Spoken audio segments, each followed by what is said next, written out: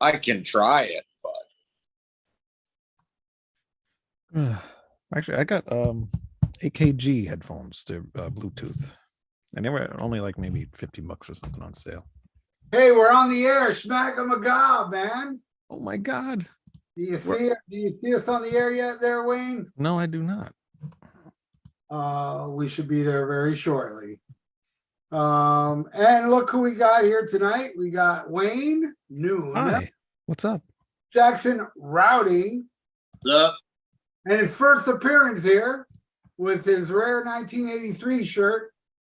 Greg Noggle, what's up, brother? X. How you all doing, man? I'm not doing too bad. I've had a busy day today. Very busy day. It's hot here, so although you know what it's like being hot. Yeah, it's in the 90s here, man. I used to walk 90 to 2 hours every day, 90 minutes to 2 hours. I do it at night now. I can't.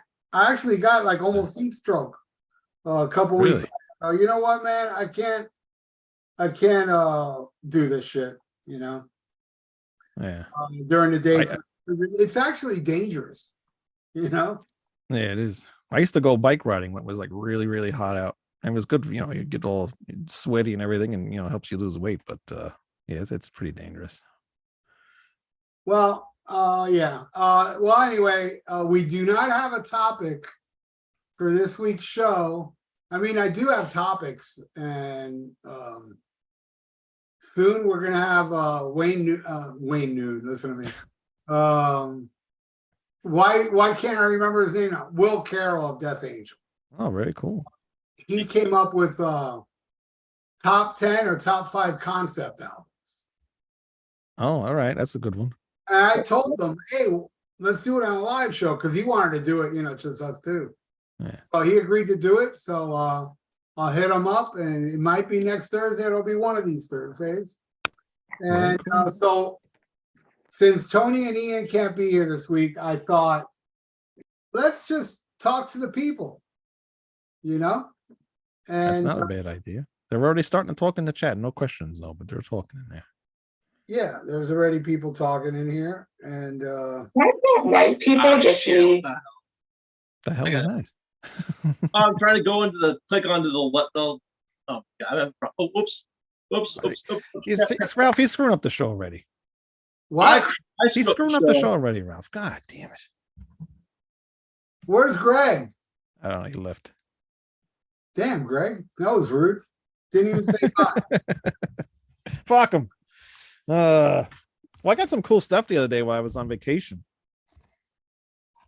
Okay, like some what? cool stuff I got some stuff in the mail. I got the new Cavalera, the re-recordings of the first 2 Sepultura albums. That's pretty cool. This new band, somebody mentioned this a few weeks ago, Tail Gunner. They just put this album out. What the hell is it called? Guns for Hire. And it's like a new wave of traditional heavy metal type band. So that was pretty cool. I got the new Guar. It's been a while since I've waited for that one. Jag Panzer, The Hollowed. I got that. And actually just had Mark on my show last night.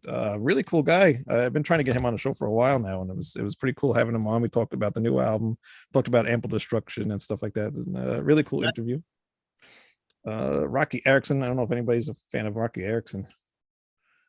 This is I don't know who that is. You know, the guy who Ghost covered their song If You Have Ghost. Oh, that's him? That's him. Okay. Yeah, check him out.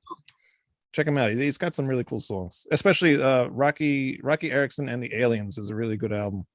Bad Religion. I'm not sure if anybody's a fan of them. This band I found out about a couple of years ago, Captain Beyond. Oh, I love them. Yeah, they're pretty With cool. Rod Evans from Deep Purple. Oh, that okay. All right. You know that? The singer of Deep Purple's first 3 albums, that's their singer. Uh-oh. Good stuff, man. Great stuff. That might be a problem. He's great. Yeah, all right. I actually did. I think I heard this one. I think I heard that one. I did like it. You can't even see it. Yeah, it's good stuff. That's the first.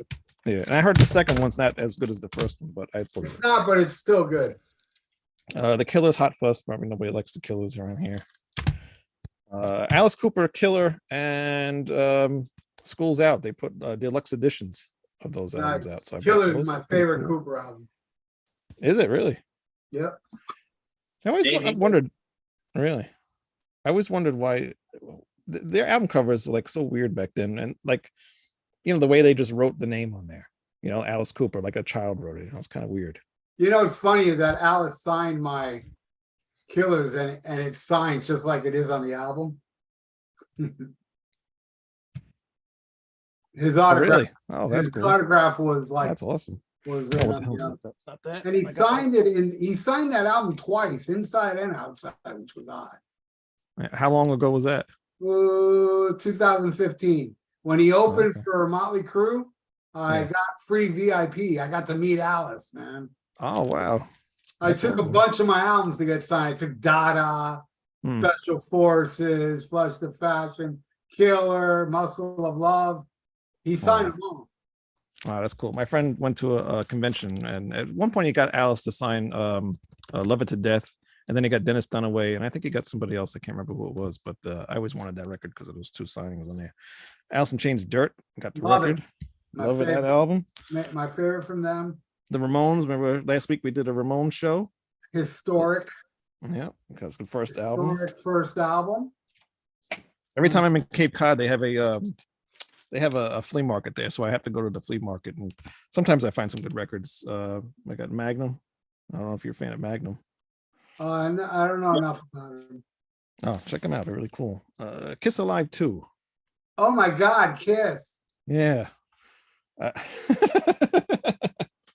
You know what? I bought that record at a yard sale for like maybe $5 and it was still sealed. Damn. And, yeah, it was still, and I fucking sold it. And I was stupid to sell that record. I love Kiss Alive too.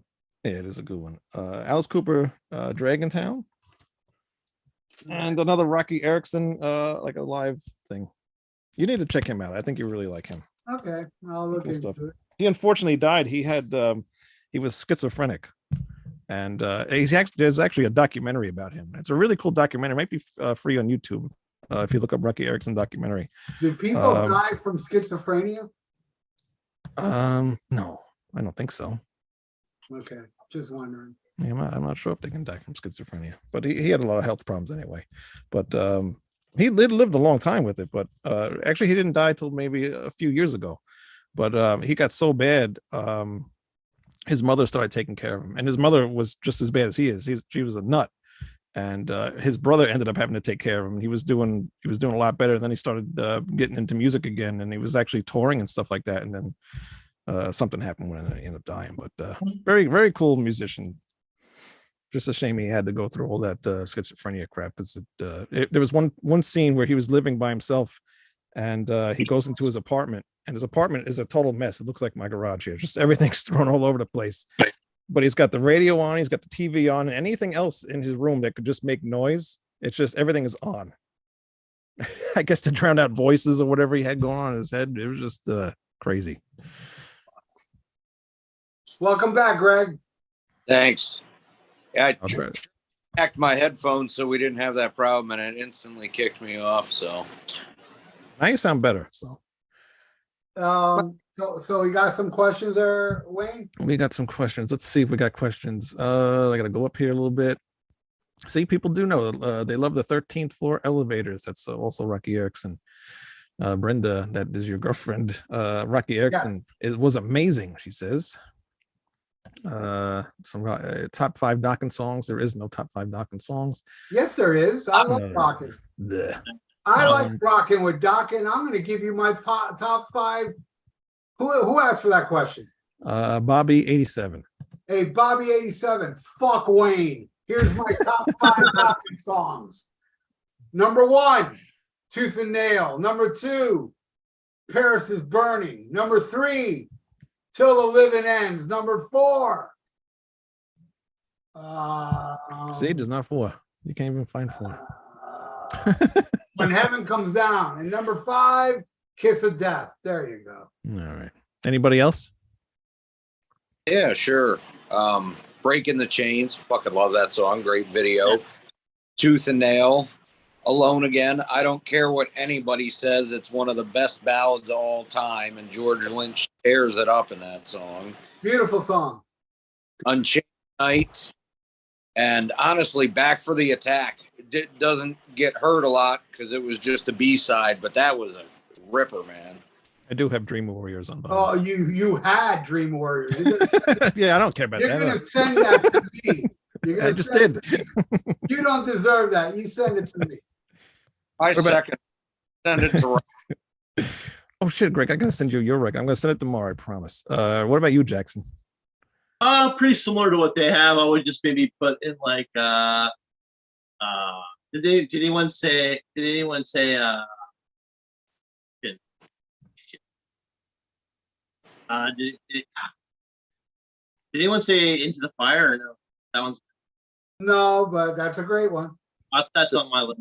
Pretty much cross between your guys. It's Alone Again, Tooth and Nail, Dream Warrior song, fucking all of them. Yeah, I couldn't hear any of that. Yeah, you're kind of breaking up there, Jackson. Ah, crap. Play the. Oh, I have to move this again. All right, but yeah, those. Am I okay now? That's better. Yeah, You gotta stand that's closer better. to the microphone. Shit. You podcasting amateur. Come on. This is my third live stream. Get with it. All right, what's the next question? Pleasure Den of the Absurd. Rocky Erickson, from what I understand, went to a mental facility to escape a jail from a drug charge and it messed up his mind. Electroshock is not for everybody. Waylon Latimer, make a super group using members from Metallica, Megadeth, Slayer, and Anthrax. All right. Benante. Oh wait, no, Slayer, you said? Slayer, Megadeth, Metallica, All and right, Anthrax. Dave Lombardo. Scott Ian for the rhythm. Chris Poland. Tom Araya. And that's it, right? We didn't do somebody from Metallica. Oh, Metallica. Yeah, Metallica, Megadeth, Slayer, and All Anthrax. right, take out Scott Ian and put James Hetfield, because James Hetfield is a better rhythm player. Yes, true. Got it. All right. What about Greg? Dave Mustaine, Gar Samuelson, Cliff Burton, Jeff Hanneman. But they're dead. It would still have been awesome. You know what, Greg? I tend to agree with you. Even while they're dead, it'd be a better lineup. Oh, yeah. Hell yeah. Because What about let's face it, all those bands aren't as good as they used to be. No. No. They should all die. Dave, where I think you could probably do pretty interesting with Joey Belladonna, though. Yeah. Yeah, I don't know where they fit him in there. What about you, Jackson? I missed the question. Oh, make a super group using members from Metallica, Megadeth, Slayer, and Anthrax. Oh, that's tough for me. It's too tough. I'll pass it. That's too hard. Too hard. Yeah, go to the next question. Or did you No, ask? I didn't do it. But I can't figure out a guitar player. But Gar on drums, Cliff on bass, James Hetfield on guitars, and John Bush on vocals. I can't think of who another guitarist. They would. That's a You good. guys were just preloaded, had it really ready to go. I can't decide. Who else? Who would make a good? All right, we'll just throw Kirk Hammett in there. Just no Wawa. You can't use Wawa. No Motley Crue. Actually, I like to change one. I like Lloyd Grant in my super group. Too. Oh, wow. Wow, you're going back. Yeah, I'm going back. That's deep. Well, hell, I might as well replace Dave with Greg Handovit then. Yeah.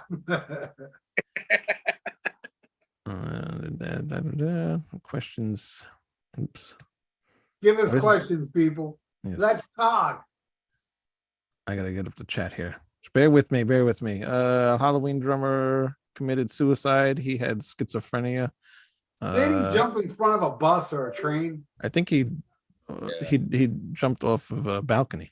Oh, There's hotel one room. question I like here: King Diamond Abigail versus Queensryche Operation Mindcrime. Abigail. Yeah, me too. I Easy. love Mindcrime though. Don't get it twisted. Let's cut the deck. Mindcrime's awesome. It's the last amazing Queensryche album. I don't think Queensryche made an album better than Mindcrime, Rage, Warning, and the EP. Everything. I love Empire. I'm gonna say Empire. Rage for Order is my favorite, and then Empire just creeped up, and I'm like, yeah, I like Empire more. Yeah, but Jackson, you're wrong. I'll get it wrong. I visit Seattle. If you get to see Seattle a lot and visit it, know the depressing shit in the rain, and you get like, oh yeah, I get Empire now. Well, I'm never going to Seattle then. Mark Daly, top 5 thrash metal debuts. Mark Daly. All right. Top 5: Bonded by Blood, Eternal Nightmare, Persecution Mania, Sodom. I think. I said Bonded by Blood, right? Yeah. Show No Mercy and the Ultraviolence Death Angel. Cool. Greg. Bonded by Blood, Coroner, Rip, Voivod's War and Pain. Ooh. Who else? This is a tough one. Nuclear Assault, Game Over, and Slayer, Show No Mercy. What about you, Jackson? What's the question? Pay attention, God damn it! Oh, 5 thrash metal debuts. Your top 5. oh shit. Kill 'Em All, Metallica, Death Angel, the Ultraviolence, the Testament, the Gathering, I gotta think. Overkill, the Field Fire, and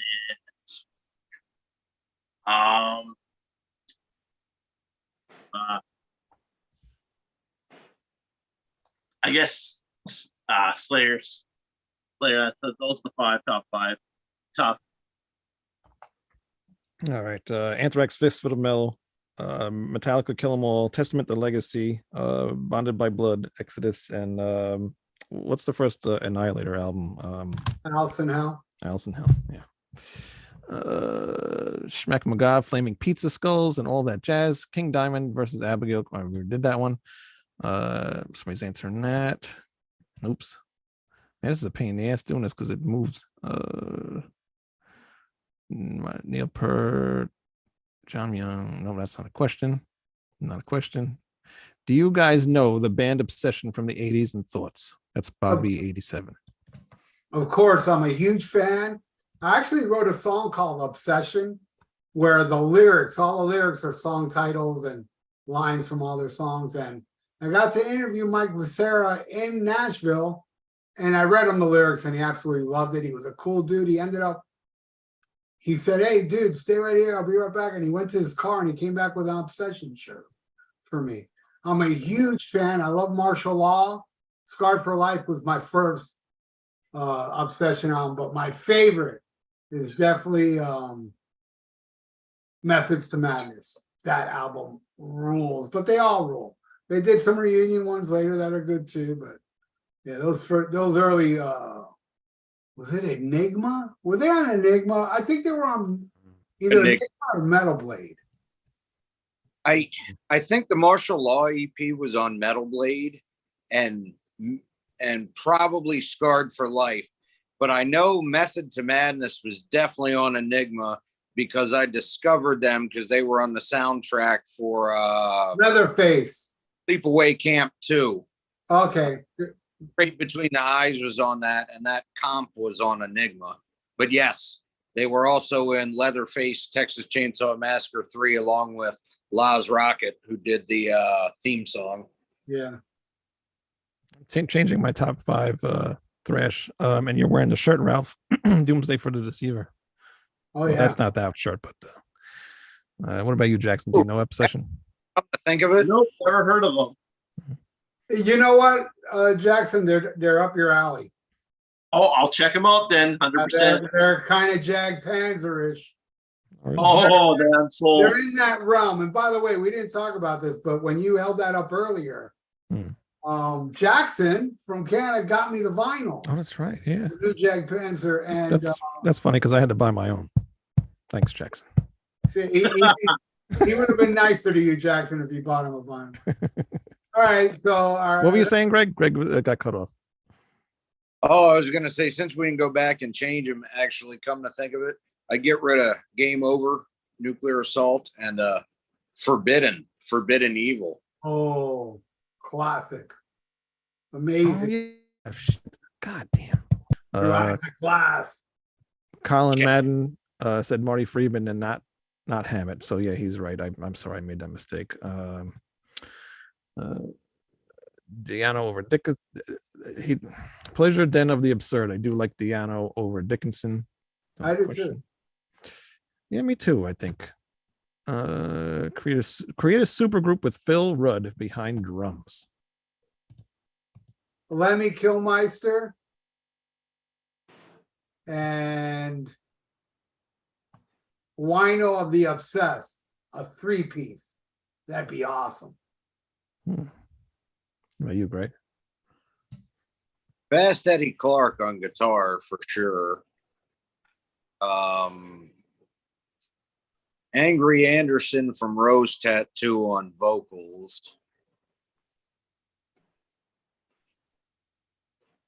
And then Tim Bogert from Cactus on bass. I think that'd be pretty interesting and really bluesy. What about you, Jackson? I'm gonna probably pass since I don't know the drummer very well. From AC/DC?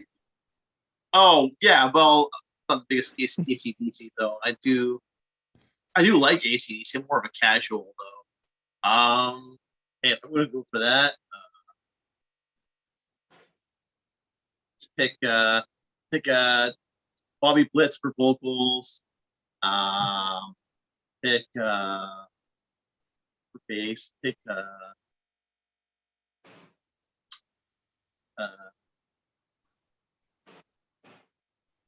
Tom Ira for bass, and pick not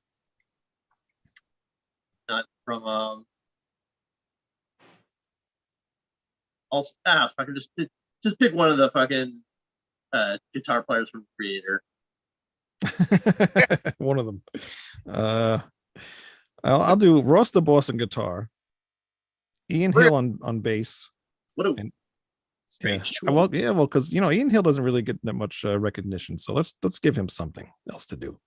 And Whitfield Crane on vocals from Ugly Kid Joe. He can do some really cool stuff with his voice, and he does have a very similar voice to Bon Scott. So I think it would sound pretty cool. Don't Break the Oath versus Abigail, Colin Madden. Don't Break the Oath. I'm going Abigail. Don't Break the Oath. What'd you say, Greg? Don't Break the Oath. Don't Break the Oath. I'm Ozzy out, man out. I don't think there's been a better album since Don't Break the Oath. And I happen to like Melissa more than Don't Break the Oath. But I'm still saying Don't Break the Oath. After Don't Break the Oath, there hasn't been an album equally as awesome as that. But that shit's not even equally as awesome as Melissa.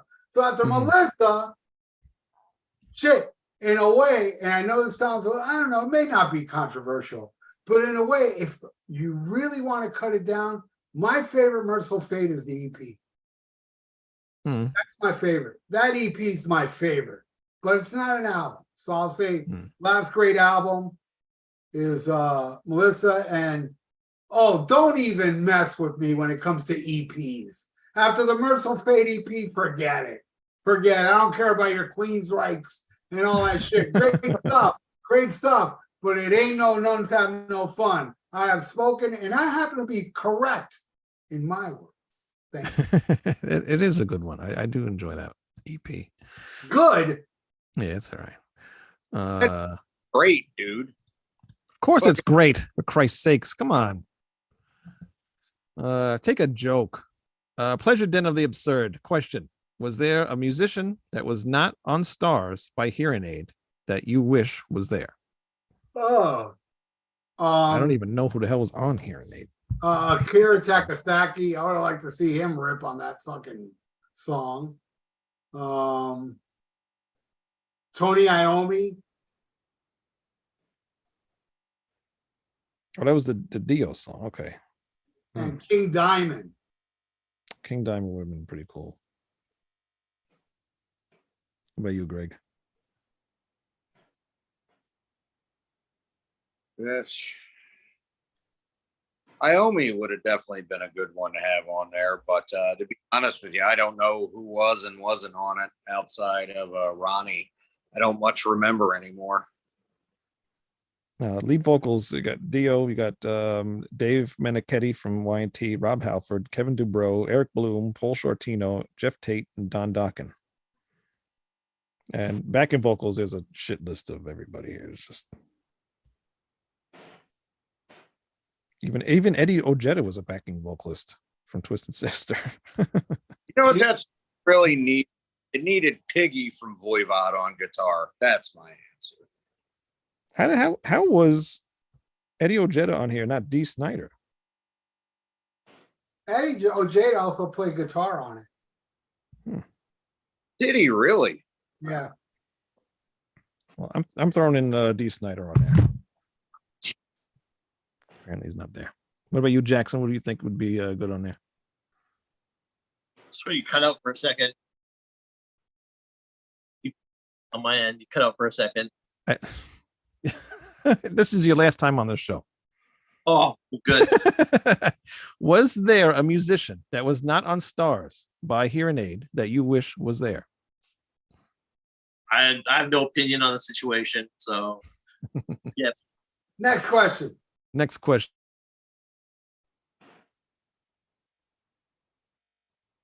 Uh-oh. Looks like you're all frozen. Well, no, music video. Cheesier music video. Locked In by Judas Priest versus Ozzy Osbourne. Did you get that? Wait. Locked In by Judas Is anybody Priest. there? What? Locked In by Judas Priest versus Ozzy Osbourne, Ultimate Sin. Oh, Ultimate Sin. That's the one with the girl from the album cover, right? Nah, I'm not a fan of that song, but I'll take it over Locked In. But is that the video where the girl from the album cover? It's the video. It was The like walking around or all something? videos had the girls with the album cover, but the video where it was a spin-off of Dallas where Ozzy's dressed up. Oh yeah. Okay. Yep. Yeah, I just saw that. Yeah. That's the Ultimate Sin video. And what's the Locked In one? Locked In one is where they got Rob Halford tied on this thing and he's swinging left and right while chicks with bones are hitting him. Stupid ass video. I'm going with that one because I just saw the Ultimate Sin one. It wasn't that bad. I'm going to go with the Judas Priest because Judas Priest has some terrible videos. Oh yeah. What about you, Jackson? What? I was going to say, might have some terrible videos, but that whole Dallas setup was way worse. Plus, at the end of the Locked In video, and I think in the middle of it too, you at least get the benefit of a little stop motion skeleton puppet riding the motorcycle. All right. How about you, Jackson? What do you like better, Ultimate Sin or Locked In? Ultimate Sin. Ultimate Sin. Roger Bennett, Time Machine. Go see Cheap Trick, Dream Police tour, or Kiss Dynasty tour. I saw the Dream Police tour. How was that? It was awesome. So I'll say Dynasty because I saw the Dream Police tour. If I didn't see the Dream Police tour, I'd go with Cheap Trick. Greg? I would go with Cheap Trick, Dream Police, because if there was one Kiss tour I could go back and see, it'd be the Alive tour. I mean, Dynasty was cool and all, but they were on top of the world, but winding down a little bit then. And Cheap Trick was on fire. So I'm sure the Dream Police tour was awesome. It was. Jackson? I'm gonna go with Kiss. Yeah, I'm going with Kiss too. Because when I saw them, it was a shitty concert, and I love Cheap Trick, but I think I'd rather see Kiss instead. Where'd the next one go? Jacob Smith, Gentle Giant Fanboy Extreme. Favorite 1970s obscure band. What's that? Say that question again. Favorite 1970s obscure band.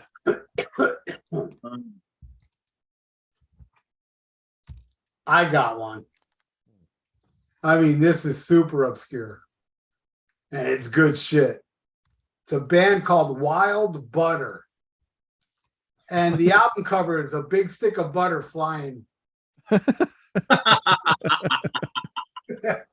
it's good, hard rocking shit, man. I dig it. Wild Butter. Turned on Mr. Lee Gersman. Lee Gersman has a show, the Lee Gersman Show, and he hit me up saying, hey, I want to review this album called Wild Butter. You want to review it with me? I said, all right, I'll check it out. And when I listened to it, I was like, man, it's pretty damn good, man. Wild Butter. That is my pick. And it's apparently their only release, pretty much. Is it? Yeah, I think so. It is like a single or whatever, but Wild Butter, the same title is the only thing they have. And you were right. There is, it looks like a Velveeta block of cheese. You can't see it. Yeah, it's just flying through the air. A big block of butter. What about you, Greg? Let's see. Budgie is decently well known. I'm gonna go with Buffalo Volcanic Rock. That's good stuff. You ever heard of Blood Rock? Oh yeah, They're awesome too. Rock's awesome. Who the guy in the chat, Jacob Smith, got me Blood Rock 2 and 3 on vinyl. Nice. That's Yeah, awesome. Jacob Smith's the man. Awesome. What about Jackson? I don't think I know any band obscure enough. Well, I do, and I mentioned it before. Captain Beyond. I'll go with that one. I'm sure there's a lot of them. Let's see. I remember making up the Slipknot track by track by requesting Band on the Run versus Imagine. That's from Hipster Eagle. That guy, he really opened my eyes because he donated for me to do the first Slipknot album against the second one, Iowa. And listening to it, number one, halfway through listening to it, I was missing Sammy Hagar, okay? And then when it was totally over, I said, wow, this is officially the worst fucking band I ever heard in my life. Nobody is worse than Slipknot. And then I had people tell me, well, dude, you got to check out the first two albums. Those are the two I listened to. First band. You know what it is? It's a bunch of screaming and all, down tuning shit. And then there's little elements of boy band stuff. I shit you know, the guy's starting to sing like a boy band in between all this chaos. Oh my God.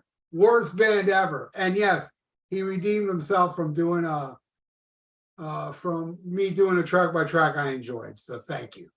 Yeah. Good. Yeah, I couldn't sit through Slipknot. Waylon Latimer, what rock star wore the most ridiculous wig? I think Waylon's an awesome dude. He's the king of the brackets, and I got your track by tracks coming up, I think, tomorrow. Yeah, tomorrow and Sunday. Anyway, what was the question again? What rock star wore the most ridiculous wig? I don't really know any rock stars except for I'll tell you right now. Oh, Kevin DeBro. that was a wig. Come on. He's had a wig, Ooh. especially going into the 90s and later. Why fucking wear a wig that looks like you're balding and looks like you shaved your nutsack and glued it to your head? Like seriously, why are you that vain? You're ugly in the first place. Weed. Who the fuck are you worried about impressing? I don't know who else would wear a wig besides what's that guy just came out? But what I'll say, I'm sorry, I cut him off. Who did I say again? I forgot. You mentioned Kevin DeBro. Oh, Kevin DeBro, because the thing is, Kevin DeBro was balding. And then like the next album, he had a full head of hair that looked so fake. But I will have to go back to like early 2000s Gene Simmons, where he put that raccoon on his head. Yeah. He had that really weird thing on his head in the early 2000s. That is the worst wig. You know, how it I agree. That's the one I was referring to. Yeah. Yeah, I can't answer that one. 5 Dio songs you could play at an arcade. That's from Mean Metal Mike. 5 Dio songs? Yeah. Well, Last in Line, because there's video games in that video. Yep, I was gonna say that too. And we're just sticking with Dio songs. He said Dio songs. Dio So, songs, yep. Caught in the Middle. Mm. Night Music. Mm. Why Are They Watching Me? Is that all of them? He said 5. I That's said 3. 5, right? Yeah. It's tough because can't remember half his Dio songs. Well, Greg, do you have 5? I Speed at Night. Don't Talk to Strangers. That's a good one. Think Last in Line, same thing because it was in like an arcade.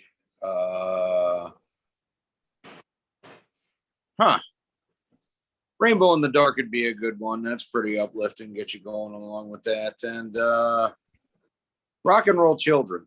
I think those would all be good ones to play along with in an arcade, especially if you're playing pinball. Yeah. Nice. I'm I'm going to picking- go with Killing the Dragon and Egypt Chains Are On. Last in Line. Don't Talk to Strangers. And last one. Let's go with I'll go with fucking Holy Diver. Why not? I can't think of anything else. Well, everybody said all my picks: Holy Diver, Don't Talk to Strangers, Rainbow in the Dark, Last in Line, and Rock and Roll Children. Draft a supergroup from members of the big. We did that already. Megadeth Peace Cells or Motorhead Orgasmatron. William Northrop. Oh, Peace Cells. Yeah. Yeah, I love easy. Orgasmatron, but yeah, Peace Cells. Peace Cells. Orgasmatron was honestly the first Motorhead album I was disappointed with. I don't dislike it, but I don't get the hype behind it, I guess. Especially when Another Perfect Day is not talked about nearly as much. I mean, Robertson might have not worked out an image or whatever, but God, he brings a sense of melody to that album that is just awesome. I love Another Perfect Day. Yeah, I prefer it over Orgasmatron, but man, do I love Orgasmatron. What really about Orgasmatron for me is honestly the drums. It almost ruins the whole album. I actually listen to the live show from that tour more than I do the record. Really? Right on. I don't find the drums that more annoying than any other albums. They just sound too wet, loud, and electronic. That sound doesn't belong in Motorhead. It's always been hard to wrap my head around. I mean, there's some really good songs I can get into on it regardless. You know, some of it gets a little samey, but the biggest thing about it that always bothered me is just the drum sound. I would really love someone to go back like they did with some of the Sabbath Super Deluxe and just remix the drums into that album sometime. Mean Middle Mike, all 4 of you guys create a supergroup with Neil Peart and Gene Simmons. Who else do you recruit, and what will the band's name, the band's project, be called? All right, you got the genius Neil Peart on drums. You got the inadequate guy that just dumbs down his great bass playing, but he dumbs it down. So you got good and bad. So you got to add on vocals, Ronnie James Dio, and on bass, Bobby Dahl from Poison. Even it out. Good, bad, good, bad. I mean, Gene Simmons is on bass. Oh, all right, then CC did it. CC. What about you, Greg? No, wait. No. What? Bobby Dahl, because this band sucks so bad they don't even have a guitar player. What about a name for the band? We suck, but we also rule. What about you, Greg? Let's see. Peart on drums and Gene Simmons on bass. Neil really needs someone intelligent to play along with and be able to complement his genius with guitar lines. And Gene Simmons is completely absurd and can't write for shit outside of pornographic stuff. So I'm going to say Frank Zappa on guitar and partial lead vocals because he would fit in and make fun of it perfectly. And Gene would never get it, but he would totally flow along with Neil. And bass, I think I'd take Albert Bouchard from Blue Oyster Cult because he's pretty multi-style. I think he could fit in with those guys and do good. And then let's see, who can we add on rhythm guitar that's a big enough joke with Gene? The guy from Wham. Not George Michael, the other dude. Did he play a little guitar? I don't know. Originally, okay. There you go. What about you, Jackson? Obviously, Oh, and what? Do you have a band name, Greg? yeah. So basically, the question says, didn't say that Gene has to be on bass, but he can be partially guest vocals. He's the manager of the band. Gene, he's not going to play bass. Mine, I don't give a shit. Good enough, but not good enough for this band. You got Neil Peart on drums, and on the bass, you got Billy Sheehan, and guitar, we got Red Beach, and for another guitarist, we'll get Steve Vai, and vocals. Oh shit, we'll get this is good. Hell, we can get Yeah, me. yeah, we'll put Russell Allen from Symphony X on vocals, but we'll just call technical. We'll call the group Technical Money because Gene wants money. And when I would call mine, let's see, what would be a bad reference that would be a joke to Frank, but Gene would think it was clever. Oh, my spoon is too big. I'm gonna put Tiny Tim on guitar, and Dave Mustaine on vocals, and for a name, eesh, I don't know. I can't even think of a name. But Tiny Tim, I think would be perfect on guitar. How about Tiny Tim and the Destroyers? That's Perfect. I love it. You know what? We're gonna make that. We're gonna make it up on AI, and we're gonna do a Chat GPT thing about that. Get that done.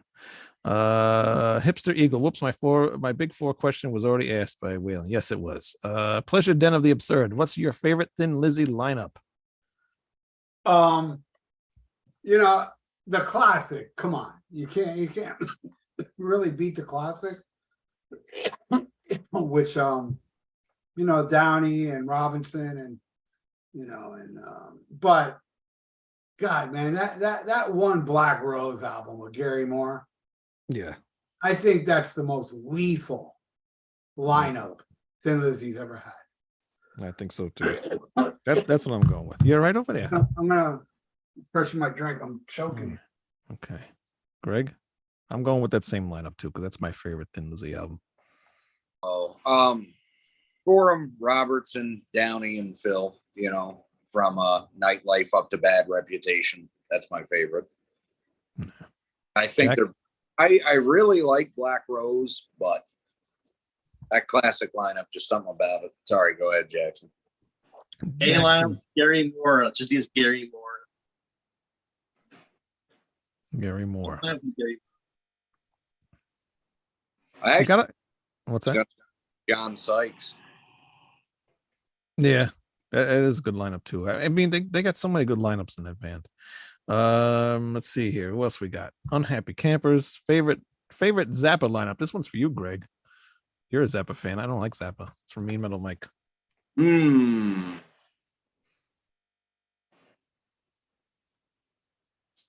That's a tough one. Personally, because they really made me laugh, but we're still super good musicians. But the Mothers from '71 with Flo and Eddie on vocals, that was great. But for overall musicality, definitely the '77 band that's on Zappa in New York. That was probably the best he ever had assembled as far as ability goes. Was there something new that just came out for Zappa? Some kind of like reissue or something? Oh, they're always releasing. Yeah. I thought there was some box set or something I saw. Lost track of it at this point. I forget what I think it might be the Mud Club, the 1980 live shows. Mhm. Maybe Munich, but like I said, I fell behind on it. They just so many of them come out. Yeah. Jackson, you a fan of Zappa? I'm kind of with you. Maybe Yeah. I probably like a little bit better than you, but not by much. Yeah. What Very about good. you? What about you, Ralph? Are you a fan of I Zappa? love me some Zappa, man. Favorite lineup? Probably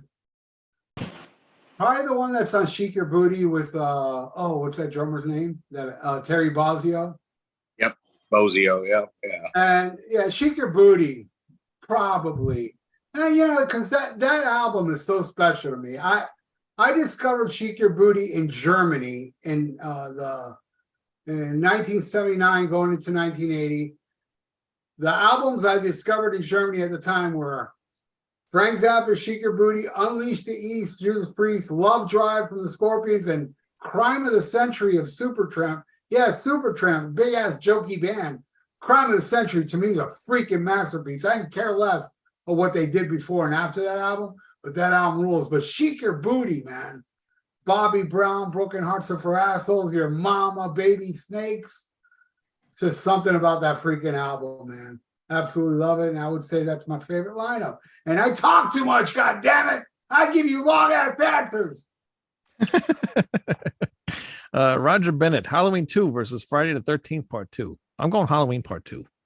I don't remember Friday the 13th Part 2. I wasn't the biggest. I'm looking it up. That's the one where he's wearing the burlap sack on his head. Yes. Friday the 13th 2 starts with the chick that survived Part 1 dying, right? Yep. That's how it started.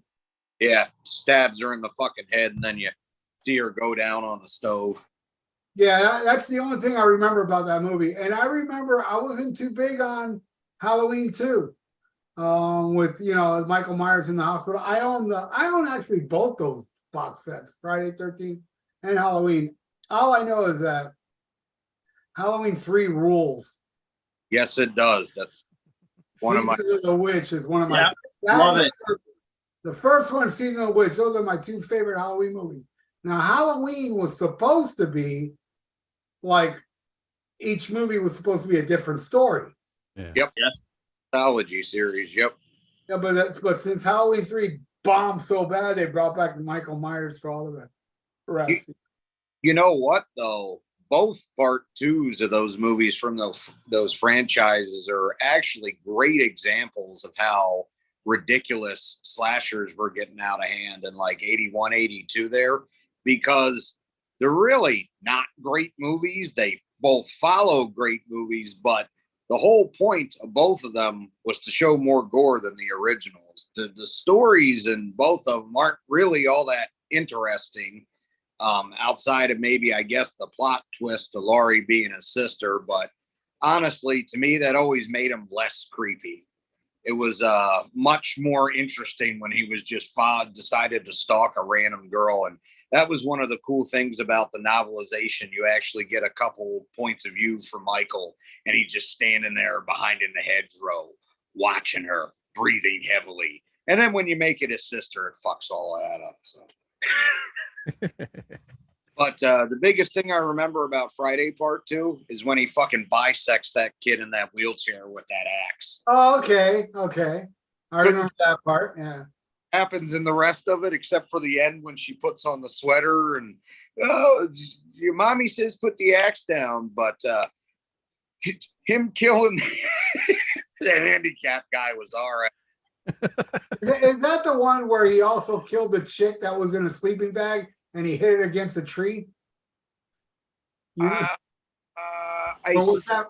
think that's 3. Is that 3? I could be wrong. Friday 13th Part 3, isn't it? But yeah, that sleeping bag was a good one. Yeah, that was a good kill. What about you, Jackson? Halloween 2 or Friday 13th Part 2? Halloween 2. Actually, no, that kill was 5, 6, 7. Friday the 13th 7. Damn. They're really off. Right. That was the one with the telekinetic chick in it. I forgot all about that. Yeah, wow. Oh, yeah. Well, William Northrup, is Ghost a pop version of King Diamond? No, I don't hear no King Diamond and Ghost. Everybody says that. I hear no King. I hear a Little Blue is called in the earlier Ghost stuff. Yeah. But they did pretty much turn into a pop band. Yeah. Yeah, they're not a metal band. No. Greg, it's one of Greg's favorite bands, by the way. I call them creepy ABBA for a reason. That's pretty much what they've grown into. Yeah, that's why I like them, because I love ABBA so much. And yeah, I know. I mean, they're a very hated band, but the weird thing about me, I don't know if maybe it's a masochist thing, but man, do I love when everybody hates a band I love.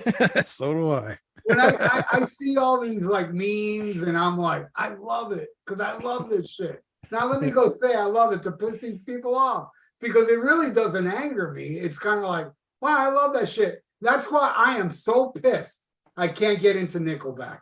I wish I was a Nickelback fan badly, but they're not good. But their hate is something that I wish I loved the band. Did anybody make you do a versus with Nickelback at all? Not yet. No. No. I haven't done a Nickelback album yet. Because their stuff is actually heavier than I thought it was. Because I did try to listen to some of their stuff not too long ago, and it's a lot different than I thought it was. There's more heavier things than you hear on the radio. It's not what you expect. I did try, but damn, I was like, damn it, I wish I liked them. Top 3 favorite 90s Motorhead albums. Dan the Man. Sacrifice, number 1, then Bastards, then We Are Motorhead. That's my 3. Greg.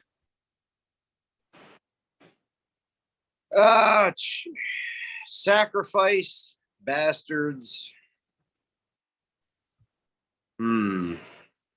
I'm probably Overnight Sensation. Good one. Jackson. Mickey D bashes that album. I don't know why. The ones I remember are Sacrifice and Bastards, so those ones. I'm more of a casual when it comes to Motorhead, but I love those 2 albums. How about 1916, Bastards, and March or Die? Oh, It's got that. Well, it's got that song from Hellraiser on it. I hate that song. I hate that album. That is the Really? worst. March or Die. Oh, That was sad. I mean, but at the time they were on Sony Records. Yeah. So they had that record company pressure. All right, we need a hit, guys. All right, let's do Cat Scratch Fever. Let's do this. Let's get Slash on the album. Let's do a ballad with Ozzy because Mama, I'm Coming Home did good. Yeah. It was very contrived. It was not a Motorhead album to me. But hey, it's cool you like it, Wayne. I like Cheese. I'm not a huge Motorhead fan, so it is tough for me to pick 90s. So I just remember that one because there are songs that I remember. I understand. If you were a big Motorhead fan, you'd understand how ridiculous he sounds. Oh, of course. Yeah, of course. You didn't like the Ozzy and the Motorhead. Oh God, no. I hated the Ozzy version too. That Hellraiser song. Really? Oh my God. Oh. Hmm. It's not What my about- back, Daddy. What about that song, Born to Raise Hell? Did you like that song? No. No? Oh my God. No. With Ice- God damn it, Wayne. I had completely blocked that song from my memory. Fuck you. Jesus Christ. I love that song. That was on March or Die too, right? That song. Yeah. God damn! What a horrible. You know what song I like on there is the bluesy "You Better Run" was good, and also I liked wasn't there a Jack the Ripper song on that album? I thought that was good. The Ripper or someone else. Yeah, I think that's on March or Die. I'm pretty sure. It's been easily 10 Oh. years. That one I never Bad liked. Religion. Bad Religion. That's a good thing. I mean, even bad Motorhead albums have good songs. Yeah, of course. Hipster Eagle. Has anyone read the Screaming for Vengeance or Holy Diver graphic novels? That is a No. no for me. No, would you mind getting me one? Thank you. Yeah. Anybody? No, I haven't read it. No, Yeah. neither have I. Speaking of Ralph, for comics for bands, the Jag Panzer album has a comic too, as well. For that album.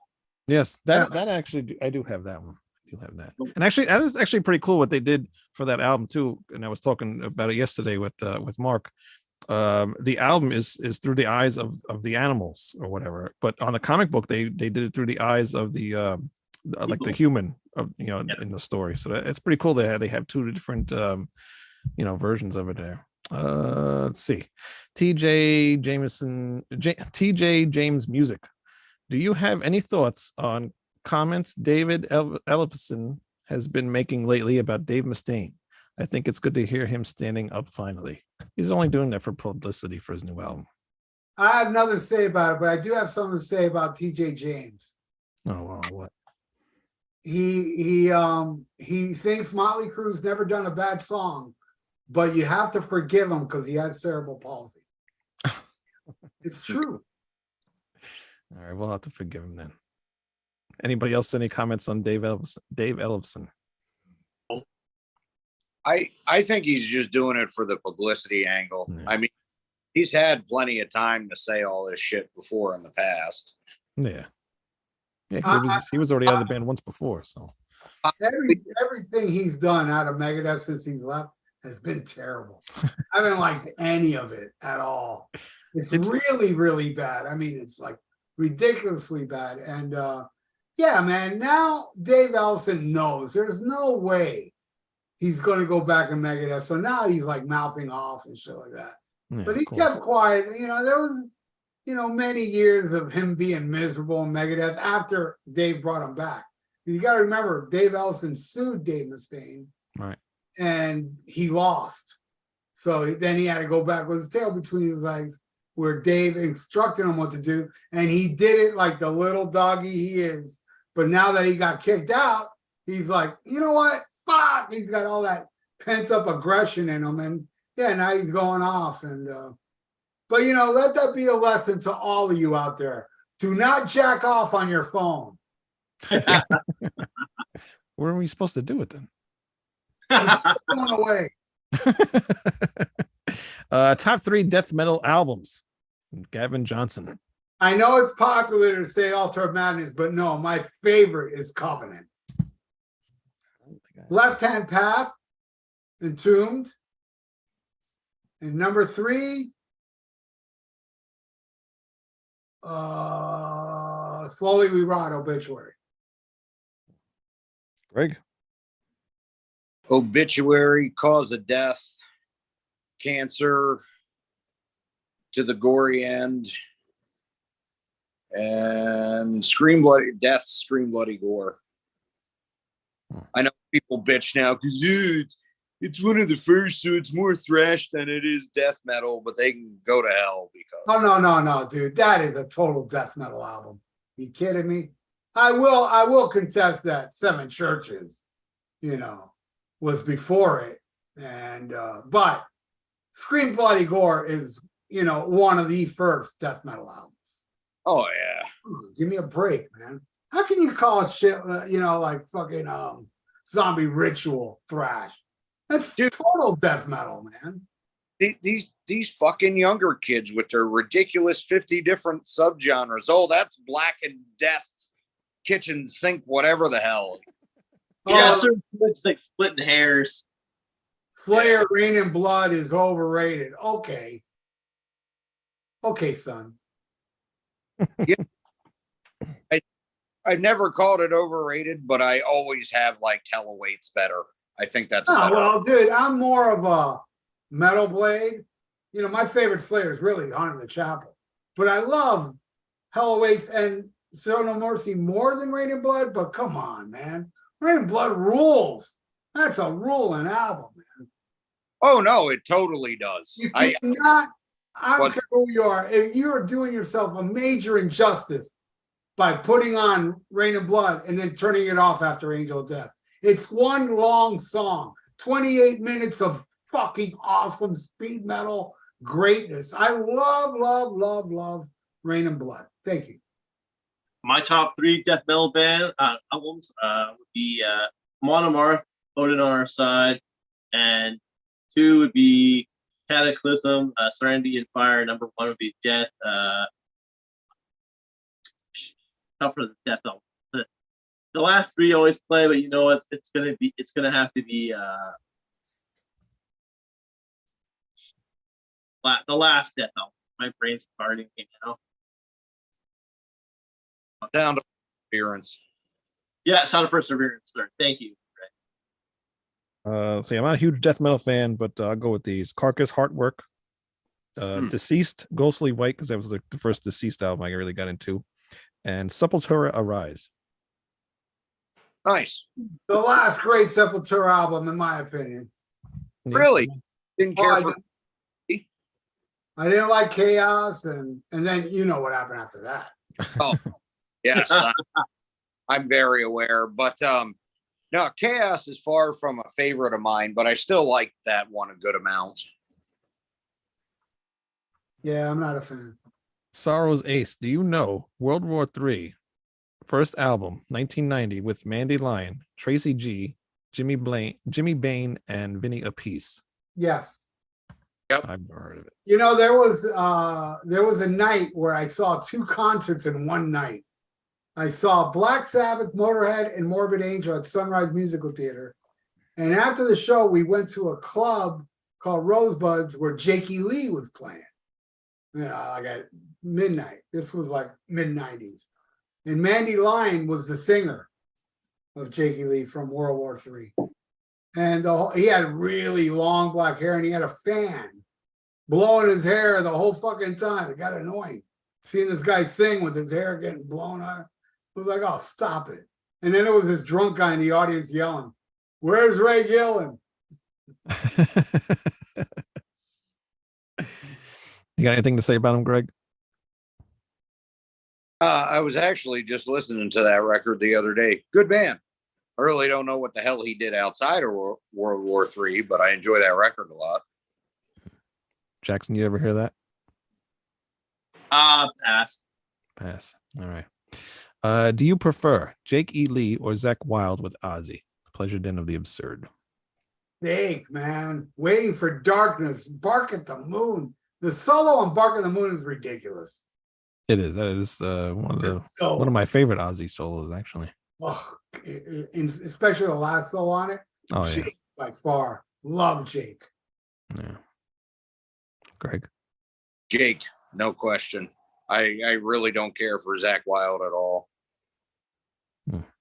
But I mean, especially on the Ultimate Sin, man, dude, I think Jake had more of a hand in writing that album, and it really shows. I mean, Bark of the Moon's definitely my favorite solos from him, but Secret Loser, the title track, Thank God for the Bomb. He does all kinds of cool solos all over Ultimate Sin. Yeah, that's true. You know, I really never think of it that way, but I like Zach Wilde, but then I think of like all the screeching and squealing things that he does, and it gets annoying after a while. He loves his pinch harmonics. He does. So I want to go with Jake. What about you, Jackson? Jake too. I like Austin. I like Zach, but not. Yeah. Kevin Capel, loudest concert. AC/DC ain't metal, but my goodness, my ears rang for weeks with all those damn cannons. What does anybody else have a louder concert than that? The 2 loudest, and I've seen AC/DC, they're loud, but not as loud. 2 loudest concerts I ever saw was every time I saw Black Sabbath and every time I saw Motorhead. It was all too fucking, and then can you imagine Black Sabbath and Motorhead? I went to go see them together. But when I saw the 1916 tour at this club, my God, I was so deaf that after the show, I met them. And I didn't know what the fuck they were saying. I couldn't hear them. You know, and Wurzel shook my hand so hard that shit hurt for days. And Lemmy walked out with 2 groupies going into the bus. And we stopped them. And dude, the guy couldn't have been nicer. Took his hands off the groupie, signed their stuff, talked to us. Super nice, taking his time with us, till my friend said to him, "You know what rules, Lemmy? Sam Gopal, Season of the Witch, was a band Lemmy was in the 60s. And when he said that to Lemmy, Lemmy was like, "All right, guys, I gotta go." I don't think he liked that. I was like, "You fucked it up, bro." But you know, Lemmy had 2 hot groupies with him, so you know. Yeah, at least I got the autograph. That's cool. Yeah, that was the loudest show. And yeah, Born Again tour and Heaven and Hell, Mob Rules. They were all the loudest concerts I've ever been to. One of the loudest shows I saw. Ingve too, one time. I saw Ingve. It was so loud. I left because I couldn't make out what was going on stage. It was just a. So I fucking left, and I left and hung out with Lizzie Borden, who was the opening act, and I love Lizzie Borden, man. I got to meet Liz. Awesome dude. Yeah, he seems pretty cool. What about you, Greg? Is there a loud band for you? Well, like Ralph said, the Sabbath is the loudest, but the absolute loudest concert I have ever fucking been to was the very early 2000s, because by 2004 he was doing arenas and amphitheaters again with Maiden and Motorhead. But I saw Dio in the very early 2000s, might have been the late 90s, but I want to say it was like 01, 02. And he was in a mid-sized club. And I swear to God, they were using the full fucking PA system that they would use in an arena. I couldn't hear shit except for 4 days after that show. I'm surprised the glass in there didn't break. But kudos to Ronnie for not compromising his sound. What about you, Jackson? You ever go to a loud concert? Yes, well, I'd say Motorhead's definitely the loudest, but the other two that competed with, actually, when I saw Ink Day in like 2014, that was pretty damn loud. And Flesh God Apocalypse blew my head off the year I came here. That I could see the building, like walls are shaking. It was so fucking loud. And I could feel the kick drum just like punching me right in the chest. So that's the loudest, the three loudest shows I've been to. Yeah. I went to a Typo show. That was pretty loud. And like Jackson, I remember the kick drum, like really, I could feel it. And a Guar show I saw was pretty loud too. That was cool. Anybody ever see Guar live? Yeah. Times. Yeah. It's fine. Me and my friend went, and they sell shirts there. Like they sell white shirts, so when you get drenched or whatever, it goes on your shirt. So it looks kind of cool. So my friend was standing up front, and I wasn't getting all full of that shit. So he stood up there and he got all soaked or whatever. And I'm like, where the hell are you gonna sit in my car? It's like I didn't want him to sit in my car, and I had cloth seats, so I'm like, great, it's gonna get all stained and everything on there. But that was an awesome show. And that was still with Dave Brockie too, so that was cool. Nice. Other loudest one, Napalm Death and Obituary double bill, 2005 Frozen in Time tour. You could feel that the drums in your soul, man. They sweated on me, dude. How much cooler does it get than that? Who sweated on you? Barney Greenway from Napalm Death. All right. Yeah, I'm not a fan. Prez about a half ounce of weed and got high as hell with Obituary for a couple hours. But Mean Metal Mike, Jesus, Mary, Holy Ghost by Dio or Computer God? Oh man, too great. I'll go with Computer God, but God, I love that Strange Highway opening track. Is so awesome. But yeah, I'll go with Computer God. That's a tough one though. I can't think what they sound like. That's a tough one for me. Go ahead, Greg. I mean that's my favorite track on Highways, hands down. But like Ralph said, there's just something about Computer God. I gotta go with it. Jackson? Computer God as well. They're both very good and tough, but Computer God. Yeah, I can't think of it off the top of my head with either one of those songs. What's Jesus, Mary, and Holy Ghost on? Strange Highways. I can't remember. JP Burden. Sorry he's late. Well, fix that. Don't do that again. Bobby 87. Top 10 80s Hellstar songs from all four of yous. I don't listen to Hellstar. I wouldn't know. Dave, I don't know very much Hellstar. King is Dead. Baptized in Blood. Nosferatu. Actually, I do own 2 Hellstar albums. Just haven't listened to them yet. Distant Thunder. Is that 5? I think that's 5. He said top 10. Nah, I ain't going 10, man. Greg, you have any 10? It had at least 5 Hellstar songs. I mean, I mostly would have picked the ones Ralph said, but honestly, I love Hellstar, but I need one of the albums in front of me at this point. But I can tell you, my number one would certainly be Shadows of Iga off of Burning Star. That's my favorite album they did. Nate the Great NWO. Hell yeah. Count Ralphus Ozzy. Mean Metal Mike for stars, Meatloaf, Iommi, and Steve Harris. That's an old one. Nate the Great, Ace Frehley. Let's see here. Questions. Would have been nice to hear Gary Moore on stars. Yeah, Gary Hips- Moore, another. Hipster Eagle. Favorite song off the Filthy 15. I don't have the Filthy 15 in front of me, so I wouldn't know. Oh, I already know. Golden Showers by the Mentors. That made the film. No, wait. I forgot. Into the COVID, Merciful Fate made the 15. Did it really? Yeah, so definitely Into the COVID. Let me see here. Why is we're not going to take it on that list? Animal could be. That's for me. Because it promoted violence against parents, according to Tipper Gore. That's so stupid. This is such a dumb list. She Bop. I don't really never heard of this list. She Bop is on that list. Yeah, about her jerking herself off. Yeah. Trash, Black Sabbath. Oh, another great one. Sugar Walls. Also a song about her vagina. Looks That Kill. Why would that be there? Yeah, you know what should be there is Too Young to Fall in Love. Now I'm Killing You, Watch Your Face Turning Blue. Not Yet a Man Just Punk in the Street. Or Livewire. I either take her face, break her face, whatever. Or, come on, most obvious. Take me to the top and blow me. But I'm going with Into the Coven. That's an awesome song. Trash.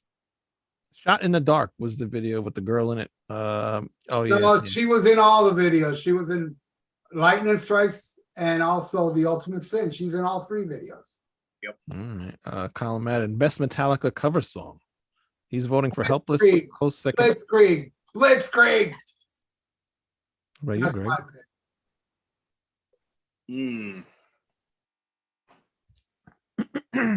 I got to see them play that too. Last time I saw Metallica, they only played songs from the first two albums, and they played Blitzkrieg and Am I Evil? Cool. I probably have Red fan. I really liked her cover of that. Yeah, because you usually hate their covers. Actually, I don't really hate them. Just the originals are better. I feel like they do legitimately do a good job with Blitzkrieg and Am I Evil. Yeah. I just get super pissed because I love Diamond Head and people are. You mean that Metallica song? It is not a fucking Metallica. Yeah, but Thayer from Diamond Head said he wouldn't be swimming in money today if it wasn't for Metallica.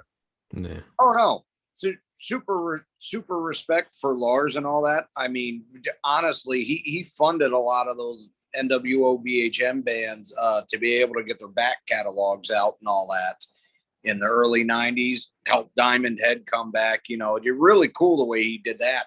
I was just never, and I'm still not super impressed by Metallica except for Ride the Lightning, because I had heard all those new wave of British heavy metal bands before I heard Kill 'Em All. And when I heard it, I'm like, this is just a bunch of copped Diamond Head riffs played faster.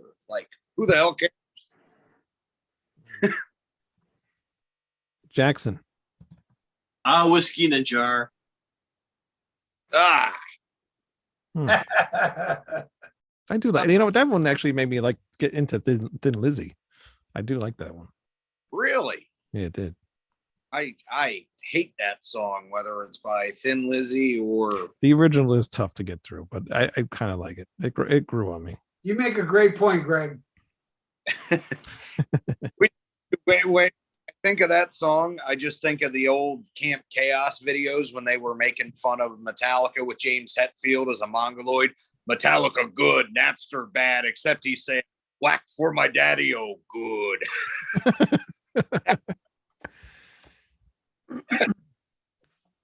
I want to say, I mean, I love Am I Evil, but another Diamond Head song, Helpless, I think was a cool cover.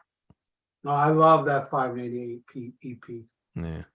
Yeah, Helpless is great. And they also did the Prince which is actually my Yes. favorite song, very, very well. But I'm going to change my vote actually to what Ralph said, Blitzkrieg, because even though they have done some really great covers, and well, one I would like to smack them all for, but Blitzkrieg is probably the most fiery one. But yeah, in case anyone's curious, I despise that cover of Astronomy so much. They just took and butchered. Man, there's not one good cover on that. Garage Days, whatever. Ink. Yeah, But, Garage Days. you know, I'm Tuesday's Gone is horrendous. You I'm know, late 80s. As far as I'm concerned, after the Black Album until 72 Seasons, they really don't exist. I liked Hardwired. I wasn't too impressed with 72 Seasons. See, I'm a weird Metallica guy. I'm not even that much into Injustice for All. I love the first three. I love the EP, the 598 EP. Then everything else. I mean, I love Blackened and Dire Straits. There are a couple good tunes on. But then after that Black Album, Load, Saint Anger, Death Band, I didn't like absolutely anything until I heard Hardwired. And I was like, cool, that's fucking awesome. Then I got all excited about the new one because I'm like, oh, Metallica's back to writing songs I like. Yeah, new one, really. I mean, it had its moments, but fuck 72 Seasons. The metal album so far in 2023 is the new Jag Panzer album. Oh. That's what I think. That surprises me because I'm like, wow, like that's my favorite album so far this year. Well, my favorite's Severed Angel, and you can get that at Severed Angel severedangel.bandcamp.com. too. Severed Angel that came out in 2023. Yeah. Okay. In May. Let's see here. I said I did my part on the album in 2022. You did, yes, that was a long time ago. U2. I didn't like Ozzy in the mid to late 80s. It sounded like he kind of sold out to that whole hair rock thing. John Patterson, Cheap Trick opened for Kiss on the Dynasty tour at MSG in 79. Elk Bomb, Salute Ralph, panel and chat. What's up? Mean Metal Mike, Sir Lord Baltimore versus Sirith Ungol. Sir Lord Baltimore, and I love Sirith Ungol. Sirith Ungol for me. I love Sirith Ungol, but Sir Lord Baltimore, that's some pummeling 70s hard rock. I never even heard of it. Awesome stuff. That's another kind of obscure. Yeah. They're like at the same level as Captain Beyond. They're kind of like that popular. I'm checking it out. A little bit above Wild Butter as far as obscurity. What kind of music was Wild Butter? Like It's hard rock. It's hard more different than the Captain Beyond and really right. Sir Lord Baltimore. Heavy stuff, man. What about Butter? Watch out for Wild Butter. what about you, Greg? As much as I love Sirith Ungol, I have to go with Sir Lord Baltimore. That's one I listen to more. Yeah, I don't listen to either one. Pleasure Den of the Absurd. Question: have you seen the unreleased documentary film about the Ozfest called "We Sold Our Soul for Rock and Roll"? If so, what are your thoughts? No, and I don't want to see it because Ozfest was terrible. I mean, you had some good headliners, but it was all new metal crap. Yeah, I'll tell you, man, the best performance I ever saw at Ozfest was on the second stage. And they blew, and let me tell you, Slayer, Megadeth, Ozzy, they were all there. But when Motorhead headlined the second stage, they devoured every band there. I didn't like, I went to all the Ozfest because, of course, Black Sabbath. I got to see Black Sabbath. And, there's always a band here and there I want to see. But then you got to sit through Power Man 5000, Biscuit, Slipknot. I saw Slipknot. I saw them when they were on the second stage. They weren't popular yet. Godsmack. I mean, oh my God, what Machine Head? Oh, God. No, thank you. That bouncy music, I hated it. And believe me, this is me at Ozfest. I'm standing around. everybody's going ape shit around me for Limp Bizkit. That's when I realized, holy shit, I am officially old. And that was a long time ago. And it was a long time ago. I'm ancient now, but I'm telling you, at that time in the, what was it, early 2000s, whenever Yeah, something like that. Yeah. first came out. That's when I realized now the popular hard rock music stuff and of the metal scene, I wasn't part of it no more. That's when I realized my time has passed. Yeah. Yeah, scary times, scary times. It was tough to find some good bands then. It's still scary. Yeah, I guess. It hasn't been, let me tell you, man, it's been scary since like 94. You know, I don't think it's gotten Yeah, I any guess better. I mean, yeah, well, it's gotten better, but not 80s and 70s, No, yeah. early 90s when rock ruled and it Yeah. wasn't dead in Yeah. America like it is now. Now everybody just sounds the same. Hipster Eagle, have you seen Rezi, or I can't pronounce that, or Rorinji 8-hour video series on Kiss from 1978 to 1983? Nope. Me neither. Nope. JP Burden, for 70s obscure, I'd go with Budgie. John Patterson, always a fan of the Trick or Treat soundtrack by Fastway. The music, in my opinion, held up well over the decades. I know Greg likes that one. Of course, it's fucking Fastway. Yeah. One of Fastway's first album devours Trick or Treat. I'm sorry, but I'm also I'm also joking because I'm not sorry. the first favorite, but I still love Trick or Treat. Yeah, Trick or Treat is great, but man, everybody talks Trick or Treat and not the first album. What's wrong with you all? Bunch. I don't really care for it. Did we do that on our show, Greg? What's that? The first album, did we do that on our show? I know we did some Fastway albums. Hated it. I did hate it, right? Yeah. We become one. Say what you will. Another day. Jesus Christ, man. That's epic stuff, man.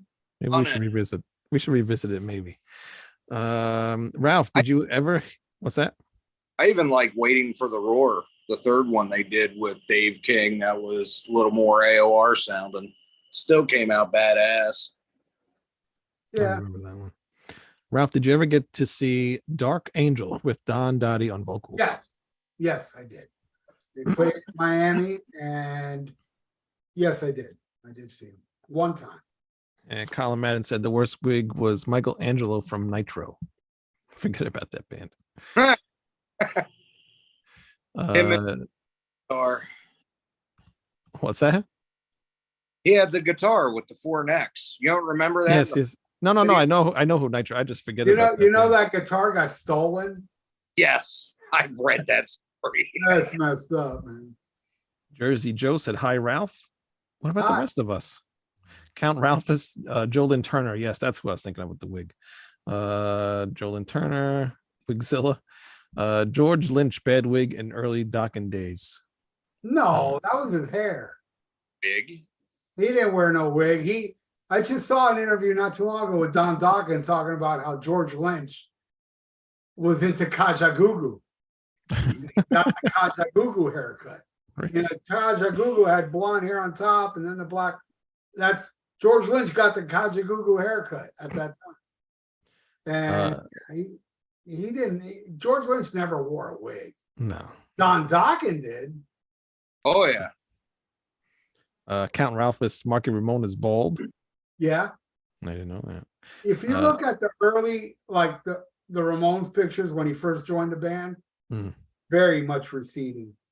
And then like second, third album, he had like a full head of hair. It's very obvious wig. John Patterson, Gene Simmons wig on tour in the mid 80s looked like helmets with fake moss attached. I like Gene Simmons' wig on Animalize. That's when he cut his hair short for Runaway, the movie. Oh, yeah. And then he wore, I love Gene Simmons. He wore this really weird wig in Animalize. I was like, that's the best looking wig he did. Then like a year later, his hair grew back in and he's doing this interview with that big afro type of hair. And he's like, man, people say I wear a wig. This is real. I go, yeah, right. It's real now, but it wasn't real last year. Give me Pleasure Den of the Absurd. The same things happened to Miles Davis. Barely their strings of hair turned into a healthy wave. JP Burden, worst cover tune by a major label thrash band in the 1980s. Worst cover tune? Yeah, by a thrash band. I can think of one. Give me a second. Oh, and I know a lot of people love this one. I hate the cover of Nobody's Fault from Testament. Hate it. Hate it with a passion. That's my pick. How about Anarchy in the UK by Megadeth? I used to love it, but No, I never liked it, but I'd still say that other cover's worse. What about you, Jackson? You have a bad cover, 80s thrash band cover? I went to the washroom, so I can't think of one. So pass. All right, no more washroom for you. Washroom. You call it the washroom? Yeah. No, bathroom or whatever, the shitter, the toilet, whatever you want to say. I'm not stuck on one. Drum sound killed Orgasmatron. Rocket off another day, another perfect day. Snare sound like a trash can. I guess they're talking about the Orgasmatron. John Patterson, question: which version of It's My Life do you prefer, the Gene Simmons demo or the Wendy O. Williams studio release? I'm going with Bon Jovi. That's the only one I ever heard. I'm sorry, you gotta repeat that. Which version of It's My Life do you prefer, the Gene Simmons demo or Wendy O. Williams studio release? Gene Simmons demo, but I mean, my favorite is the one that they released on the box set with Ace singing the second verse. That's my favorite version. I never heard it. Greg? The Gene version. I'll have to say the Gene version because I've never heard any of the other ones, so I don't know what to do. Wow, you need a Williams record. Definitely. Yeah, I don't have any of those. Pleasure Den of the Absurd. Wait, before you go on. The last question, when we get to it, this is the last question tonight, guys, so no more questions. The last question tonight, we will answer it later, is what is the most underrated guitar player in your opinion? For me, it's Scott Gorham from Thin Lizzy. That's Jacob. We will answer that as the final question. Let's remember that because I'm going to forget. I'll remember. Terry Alacio, Andrew Jacobs coming back. I don't know what that means. I don't either. Colin Madden, Neil Peart, Gene Simmons. All right, that's before Jacob Smith, Gentle Giant Fanboy Extreme. Wham sucks. Yes, they do. Yeah, that is true. At least he said something smart here. Mark Daly, what is the best and worst concert you ever saw? The best concert I ever saw was Van Halen, Fair Warning Tour 1981. The worst concert I ever saw was Van Hagar on the Oh You Wait One tour on the Monsters of Rock. I went for Metallica because I'd never seen Metallica till then. And Dokken was on the bill in the Scorpions. And Van Hagar was so horrible. And a lot of people were leaving the stadium while they were playing. Really? It was pathetic. So yeah, that would be the worst show I saw. So it's funny. It's like Van Halen is my favorite show I ever saw. Van Hagar is the worst show ever. They go hand in hand. What about you, Greg?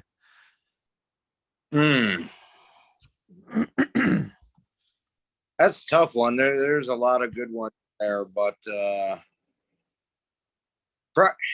my favorite one of all time, Sabbath reunion of the original lineup. I mean, seeing all of them up there, that was just great. Worst.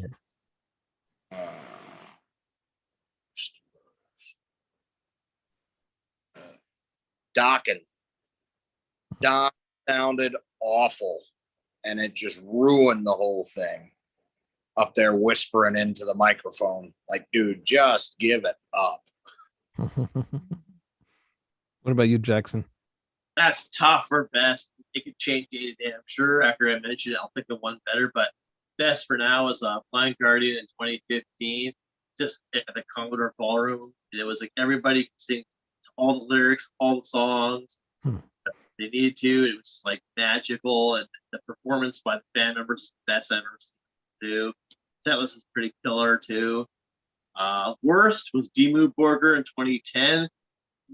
horrible. None of the members just felt like playing at all. It's just like they're just going through the motions. Shagrath had a cold, and he just could not vocalize at all. His vocals are terrible.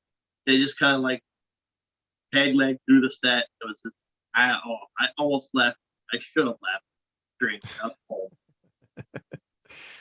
My favorite is actually a band called Pulp from England. That was a really cool show. It was a reunion, but it was like a farewell tour. But they played like every song that they played. I liked and I knew, so that was cool. And the worst show I ever saw was the Dixie Chicks. It was terrible. It was a tie between that and the first farewell Kiss tour as they played here, and everybody in the band, it just sounded so terrible. What's a tie between those two shows? Dixie Chicks, you know who I saw in concert once for free? Because my buddy was like, my wife ain't gonna go. Come on, let's hang out. And I was like, all right, I ain't got nothing better to do. I went to go see Garth Brooks. I heard he puts on a good show though. Oh my God, it was amazing. Because he's a huge Kiss fan. It was an amazing show, man. Bombs and fire, and it was awesome. Music sucked. I couldn't really see the stage that well because everybody in front of me had 10-gallon hats. Right. Seriously, everybody that went to Garth Brooks wore 10-gallon hats. And yeah, I didn't like the music, but I walked out of that show going, dude, that shit was like fucking Kiss. Yeah. All the bombs and shit, that shit was pretty badass as far as stage show goes. Yeah. The guy was inspired by Kiss too. Yeah. I remember because when they had that Kiss that tribute album, whatever, and he was on there. Yeah, I think he did Hard Luck Woman. Hard Luck Woman, yeah. I remember him talking about how huge of a Kiss fan he was. He's a Kiss tard. 100 Hooker, better band post Ozzy. Jakey Lee with Badlands or Zach with Black Label Society. Badlands by far Badlands. I don't like either band, so none for me. It's not even close. No. I like Badlands, definitely. It's not even close. Although Ralph, again, through what he said, is going to make me change my answer on best as far as live goes, just because I have to mention it, because he mentioned seeing Van Halen and then Gagar with them, which was just terrible. But the best, most exciting, fulfilled feeling I have ever had, and Michael Anthony wasn't there, but Wolfgang did a good job. When Dave came back and fucking Eddie started playing Light Up the Sky, and then him and Dave walked out together, you just can't beat that, man. Oh yeah, man. They were to me, hands down, the greatest American band ever. Oh yeah. I mean, and the thing is, you can say what you want about, I mean, he still sang, Dave still sounded good, but you know what? So what if he couldn't scream? He's a showman. I mean, the guy came out in a lime green laser shoot and rocked it for 2 hours. And was all time. I always said it. I'll take Dave on his worst day than Sammy on his best. Oh yeah. I don't see the appeal of Sammy's voice. I honestly think Sammy does not have a good voice. It's screechy and it just sucks. I hate his voice with a passion.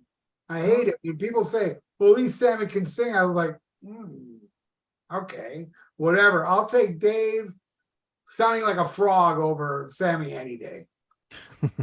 No question.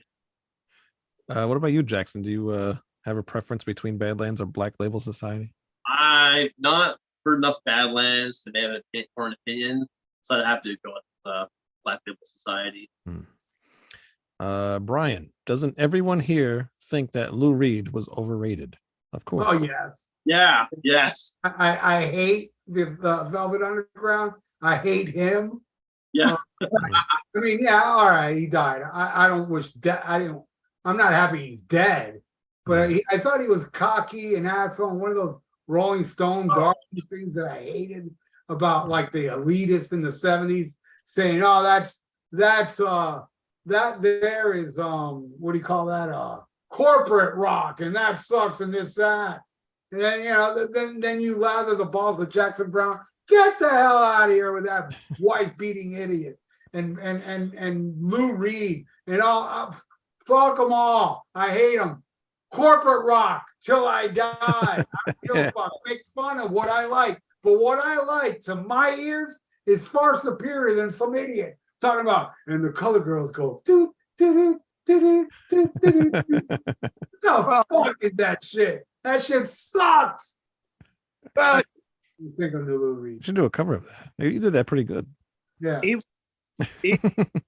He was fucking weird and out of the counterculture. I never thought his fucking poetry, as they call it, was even all that great. The only record he ever did I fucking liked was the Rock and Roll Animal, the live one, and that's just because it's the band that would go on to be Alice Cooper's solo band on Welcome to My Nightmare. And you know, the 70s live album, they improvise and it's great, but his voice sucks.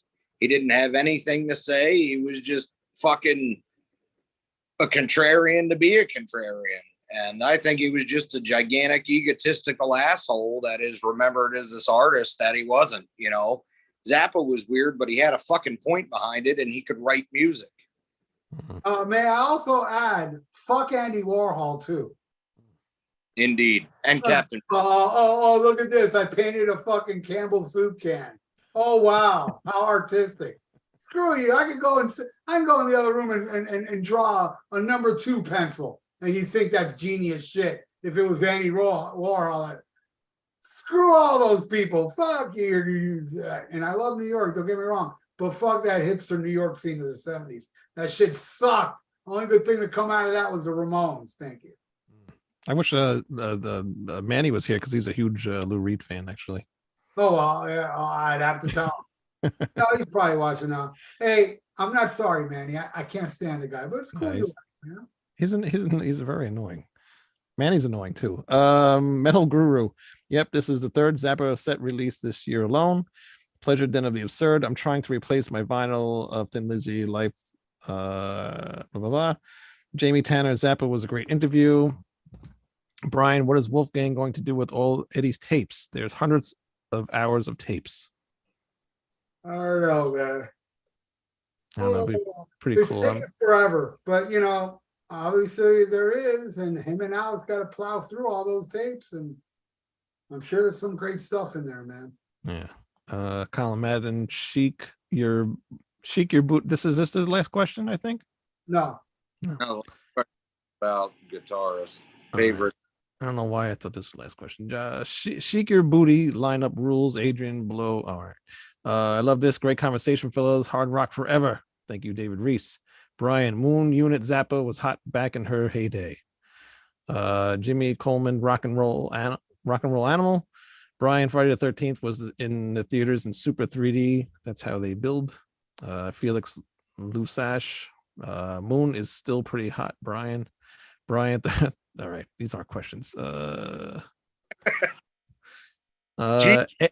perfect. I don't know if I'd have figured that out on my own. J.P. Burden, Alien 1973 or Aliens 1986?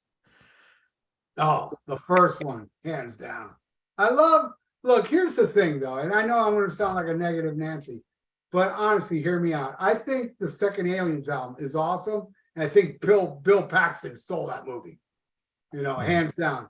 But I hate the angle with the little girl, and it's the same thing with Terminator 2. Don't kill him, Terminator. Man, don't ruin it for me. I never saw Terminator 2, and I just saw Terminator 1 the other day. Don't ruin it for me. Well, Terminator 1 blows away Terminator 2. I hate kids in movies unless they get tapped in the head like they did in Dr. Sleep when they kill those kids. It's uncomfortable to watch. You don't want the kids to die, but that's what gets you. That's what grips you in. Not some little kid like, don't kill him, Terminator. Terminator 2 is action-packed and stuff, but Terminator 1 is the dark grittiness. And I don't like Arnold Schwarzenegger as a good guy. I loved him as that Terminator, man. He was so awesome in part 1 that after that, every movie he's a damn good guy. Right, what about you, Greg? What do you think? I never saw either one of those. So. Really? Wow. I've never seen Aliens. Aliens is a great movie, you know, but it is dumbed down a little bit through the storyline of the little girl, and it's more of an action movie. The first, like the perfect haunted house stalk and kill movie, but top it off, it's in space. And I mean, God, him coming popping out of the guy's chest and with the alien hanging down and dripping the fucking saliva on Harry Dean Stanton. And then, you know, Sigourney Weaver isn't just some screaming bimbo in that. She really fucks that thing up. That everything about it is just great. I love Alien. That first Alien movie is just so awesome. And the way it drags, it doesn't bore you. It's like a great drag. Fucking awesome movie, man. Where'd Love it. Jackson go, by the way? Now, And he hasn't come back yet. Terminator 2 is basically Last Action Hero with a slightly better script. It's not a good movie. A lot of shit blows up. It's cool to look at, but there's no comparison to the first one at all.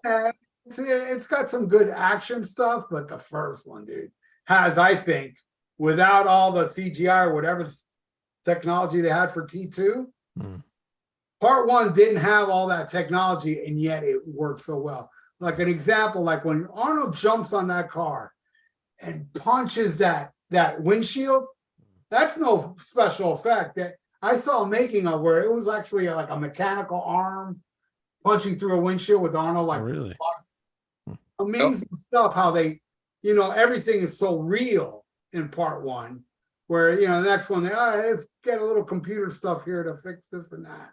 And to me, that kind of dumbs it down. I think Terminator 1 was more real, Yep. It was just so amazing. That is one of the greatest, I'd say, with Conan, the greatest Arnold movie. What I like too in that Terminator was how Arnold looked like Arnold when the movie started, but as it started going on, he started looking more and more like the robot, like the facial features and everything started getting all different and everything. It looked plastic and not realistic. It was pretty cool. Loved it. Attention to detail. You gonna say something else, Greg? I was gonna say I prefer the older movies with more practical special effects. That's why I don't get into a lot of newer movies. Ever since the fucking late 90s, it's gotten out of hand. I mean, like all this Marvel crap, I don't want to go to the theater to watch a fucking video game. Give me some plot. Give me some stakes. Give me some practical special effects. It doesn't exist anymore. All movies suck now. There's nothing. Everything sucks. God, what's it going to be like when I get old? Yeah, I know, right? You're already there. You're already in the suckhood at your young age. At least I got to live some great fucking. I know. Everything, you went through a good period of time. I saw Terminator in the theater when it was brand new. Wow. It's funny what Ralph mentioned though, because he lived through all the 70s and the 80s and the early 90s. I was in high school during that period of time with all that fucking music, and a bunch of my friends be into it. I'm like, this shit fucking sucks. Look, I found a record in the fucking used bin at the Sam Goody the other day. Judas Priest Unleashed in the East. This is the best stuff ever. Oh, that's lame. Have you heard fucking Slipknot or God, who was the one I couldn't? Linkin Park. God. Or oh man, I can't remember which Ozfest it was. I think it was 2001, but I'm all there. I'm super stoked to see Black Sabbath. And they're like, oh, that's kind of boring. And they're all going nuts over Drowning Pool. Oh, God. Deal with Campbell or deal with Iommi? Meet him middle, Mike. Who's Campbell? Vivian Campbell? Yeah. Deal with Iommi or Campbell? Yep. Iommi, because he's fucking God. Yeah. I pick Iommi over just about anybody. It's a tough one. I mean, I know, Iommi's an iconic guitar player. He's a legend. And Campbell, he did those first, 2-3 albums with Dio. And they're awesome, but he's no Iommi. Do you agree, Greg? Yeah. I like Campbell, especially, pre-Dio, Sweet Savage, and then he brought a lot of that to, but he's just not on the same level as Tony Iommi to me. Yeah. Are you guys a fan of Dream Theater? If yes, what is your favorite album from Mark Daly? I am a fan of Dream Theater, and my favorite album is Images and Words. There's some other good, decent albums, but that's the best one. It's from the beginning to the end. Every song is good on there. I think, anyway. You like Dream Theater? I like Images and Words, but other than that, honestly, I think they're one of the most pretentious bands to ever exist. Portnoy, great drummer. I always love watching him give drum clinics and do solos and stuff like that. But Images and Words is the only one that's ever clicked with me as an album where the songs actually like sound like they have a purpose instead of for them to wank off. Yeah. And incidentally, a couple of guys' wives were in an all-female thrash band called Mean Streak, who released an album which is much better than anything Dream Theater ever did. Do yourself Roadkill. Roadkill, yes. Hell yeah. Oh yeah, I'll take Mean Streak over Dream Theater. But Yeah. I'm not a Dream Theater hater. I do like them. Not a big fan, but yeah, I love Images and Words.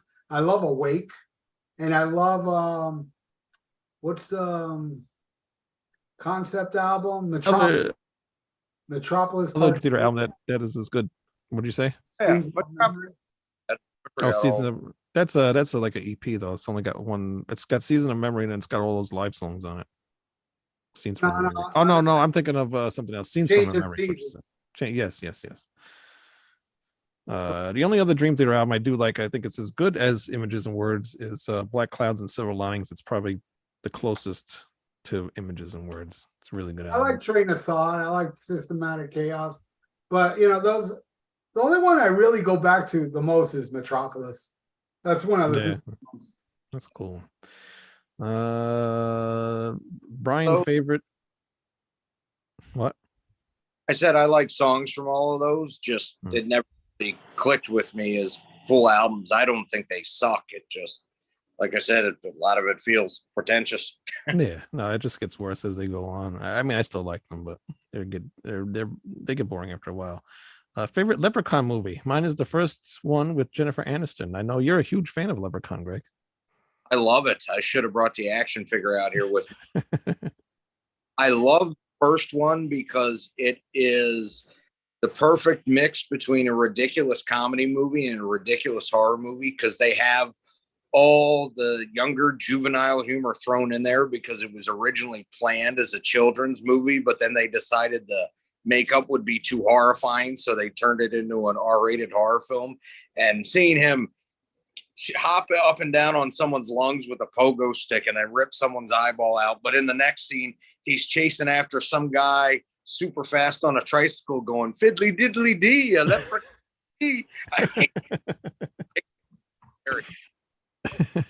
I never saw them. Ralph, do you like that movie? Yeah, I mean, I don't remember part 2 much, but I did enjoy part 1. Yeah. 3 would be my second favorite in Vegas. Yeah. Better King Diamond album, Them or Conspiracy? Them. I love Conspiracy, but I'm going with Them. I have to go with Them. Conspiracy is a great album, but I think Them's stronger overall. I'm going Conspiracy. Sounds better, and it really freaked me out. There's some really freaky stuff on there with those keyboards, and then that's Cremation, not Cremation, the one before it, where you hear him in the coffin and they light it on fire and everything. That creeped me out when I was younger. First I ever heard King Diamond. Well, I had heard Merciful Fate beforehand, but first time I ever heard King Diamond was actually The Eye, and I bought it in the music store that was on the island on the shore where my grandparents live. And I walked down to the beach with my Walkman and listened to it staring at the fucking ocean in the dark. Now that was quite the experience. That's the first album I heard too. And the reason why I heard it is because a friend of mine in school, he said his mother made him throw the album away because it was satanic. And I was like, I gotta hear that. The first one I heard was the EP even before Melissa came out. I know. I'm old as fuck. God damn. Damn. Daddy, this is old goat. Jacob Smith, looking forward to Steely Dan track by track. My second favorite band after Gentle Giant.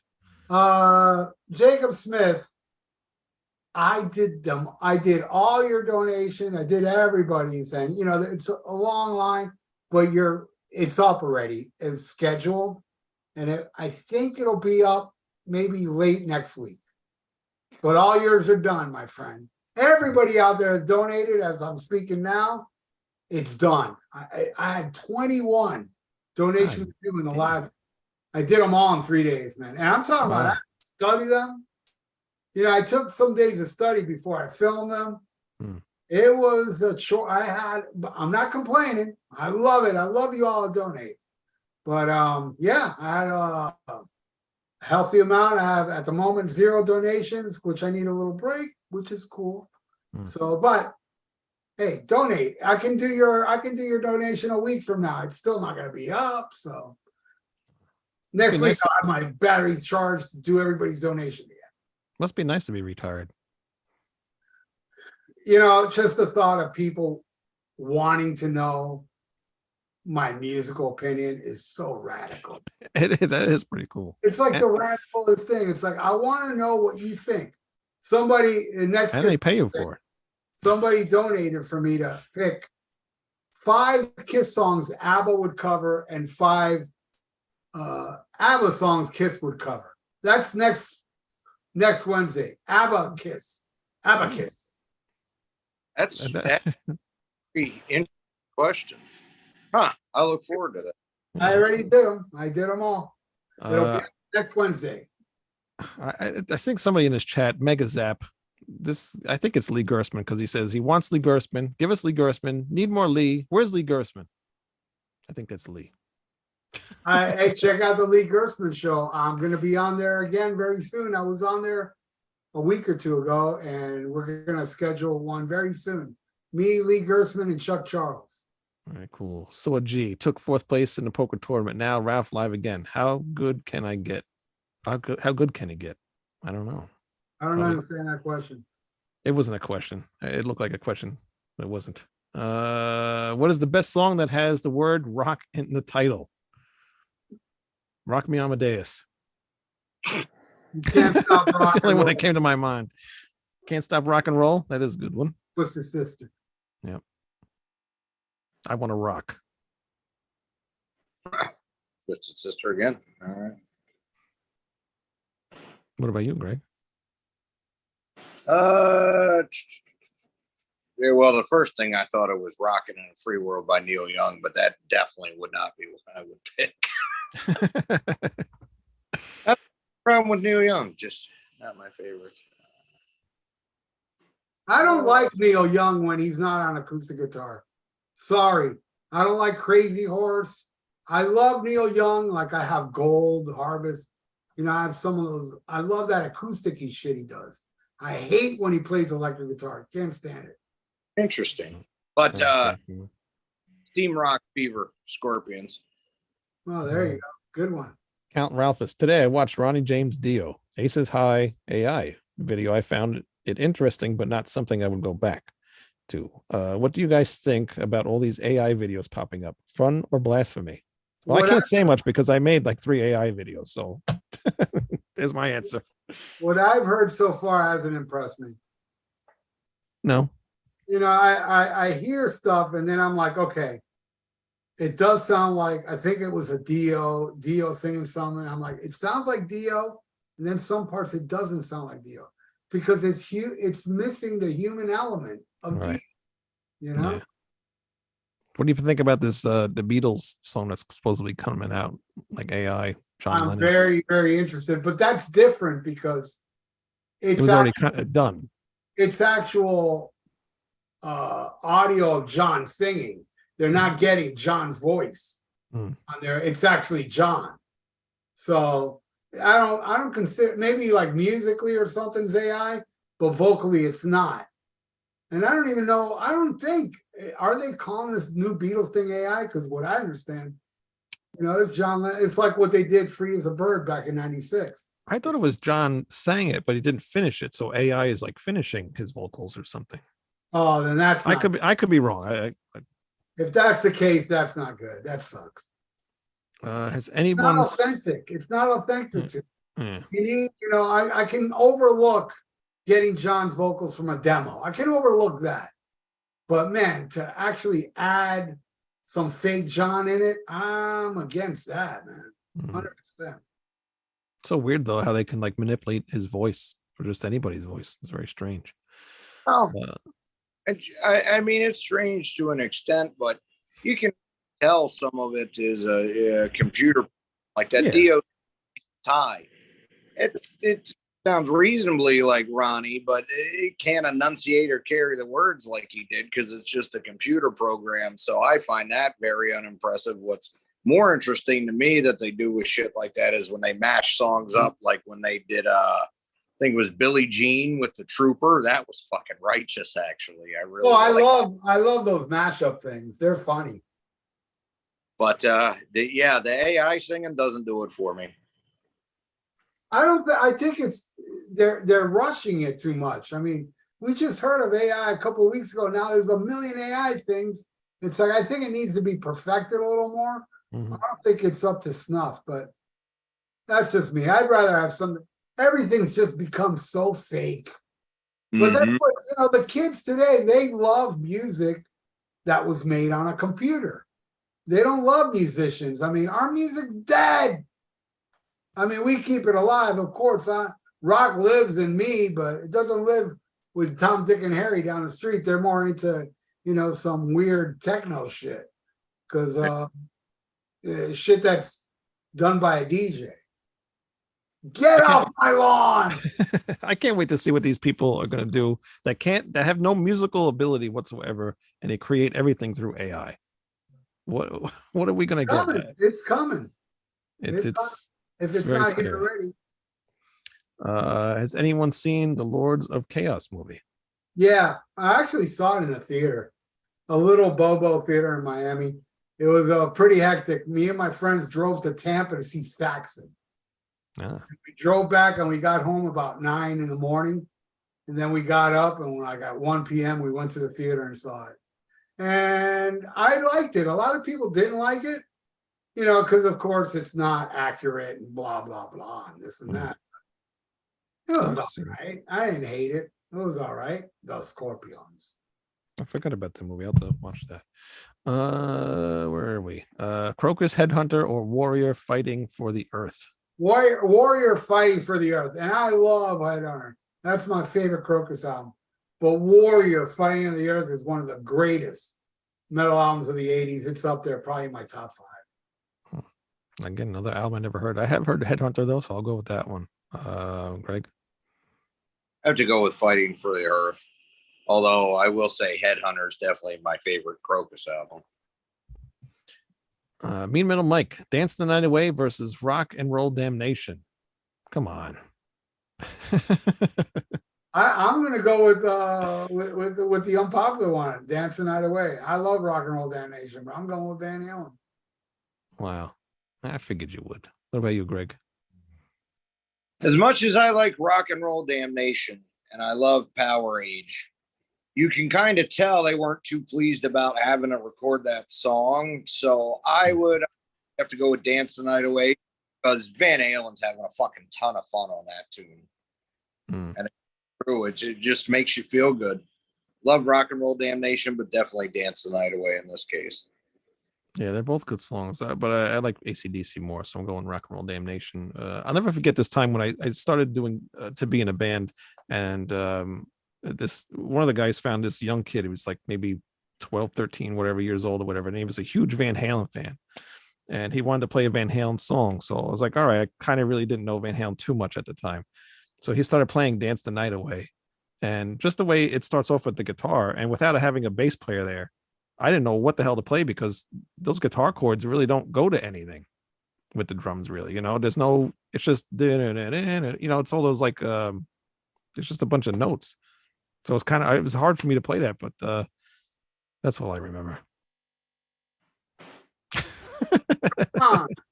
Next question. Love all your vids, Ralph, since 2013. But my favorite all time were Kiss album reviews, especially Peter Criss solo album. I laughed my ass off with the sleeping bit. Motorhead Bastards album or AC/DC Ball Breaker? Well, first of all, I want to say thank you so much. What is it, Motorhead? Bastards or AC/DC Ball Breaker? Bastards. Greg? Bastards. All right. I'll go Bastards too. I like Ball Breaker. but I'll go Bastards Ball, just to be like Breaker, everybody else. but Ball Breaker's real middle of the road, and then that's It is. kind of It gets kind of shitty at the end, except for the from last song. all up until Stiff Upper Lip. Stiff Upper Lip I love. I think that's a great album, but from about 88 to 99, they were just kind of seemed like they were floating along. Couple good songs here and there, but nothing I'd call a great album. Monkey Sensing Sensei. Hey, Ralph. Hey, Pleasure of the Den. Team Jake for me. Soulfly was the loudest band I ever heard. Ted Nugent was the loudest for me. How was the Ted Nugent show that you saw the other day, by the way? it was loud. It was awesome.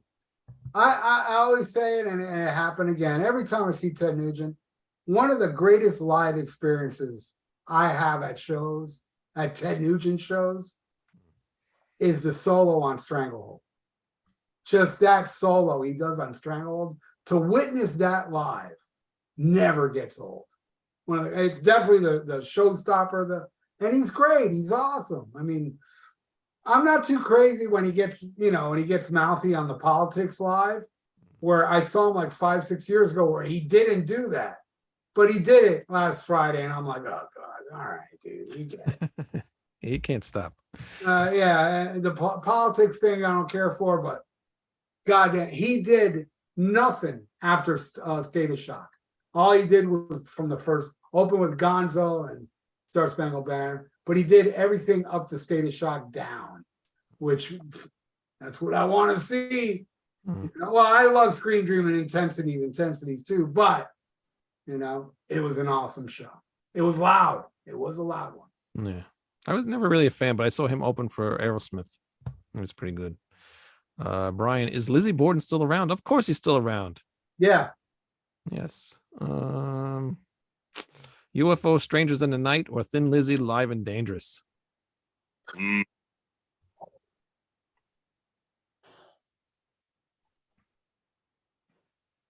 Well, I'm going with Thin Lizzy Live and Yeah, Dangerous. I'm going with Thin Lizzy, but that's a tough one.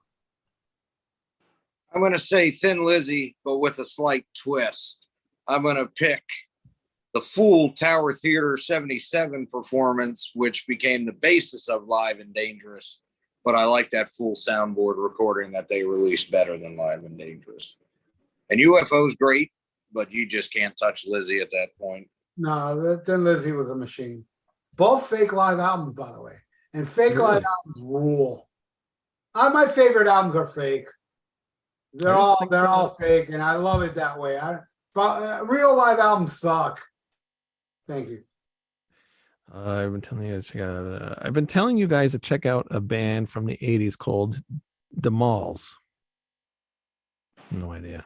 It's the first time I heard you say it. Last thing you listened to? I listened to earlier today. Phobos from Voivod.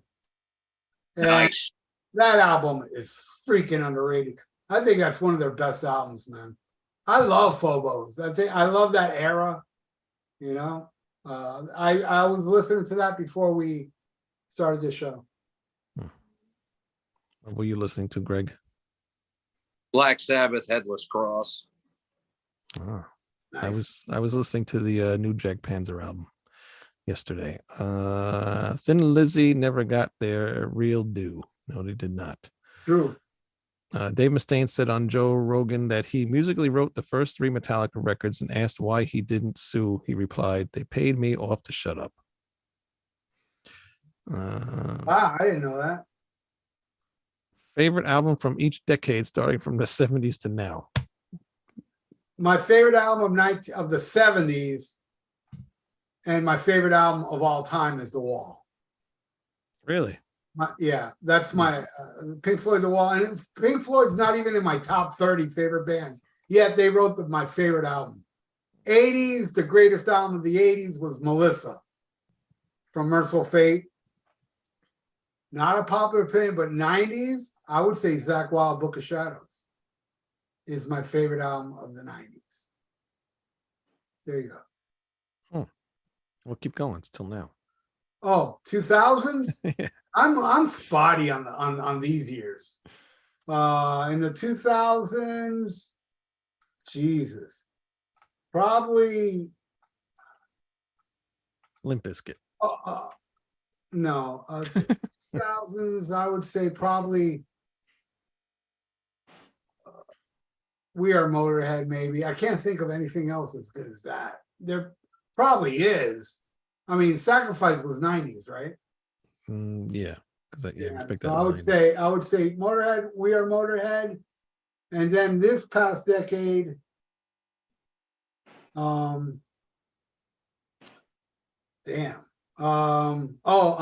except Blood of the Nations. That's 2010, isn't it?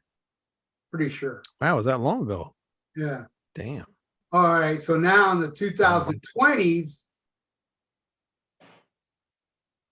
man, that last Scorpions album, I still stand by that. I still stand by saying that is the best thing they've done since Blackout. So No. there you go. Yeah, I can't add to that. That's just what do you got, Greg? Anything for that? This is a tough one, so I'm just It gonna is. first ones that come to mind. 70s, Blue Oyster Cult's debut album. 80s, Iron Maiden, Killers. 90s, ooh, it's a Voivod, Outer Limits. 2000s, I'm gonna say Electric Wizard, Witch Cult Today, which I believe was 2007 or 2008.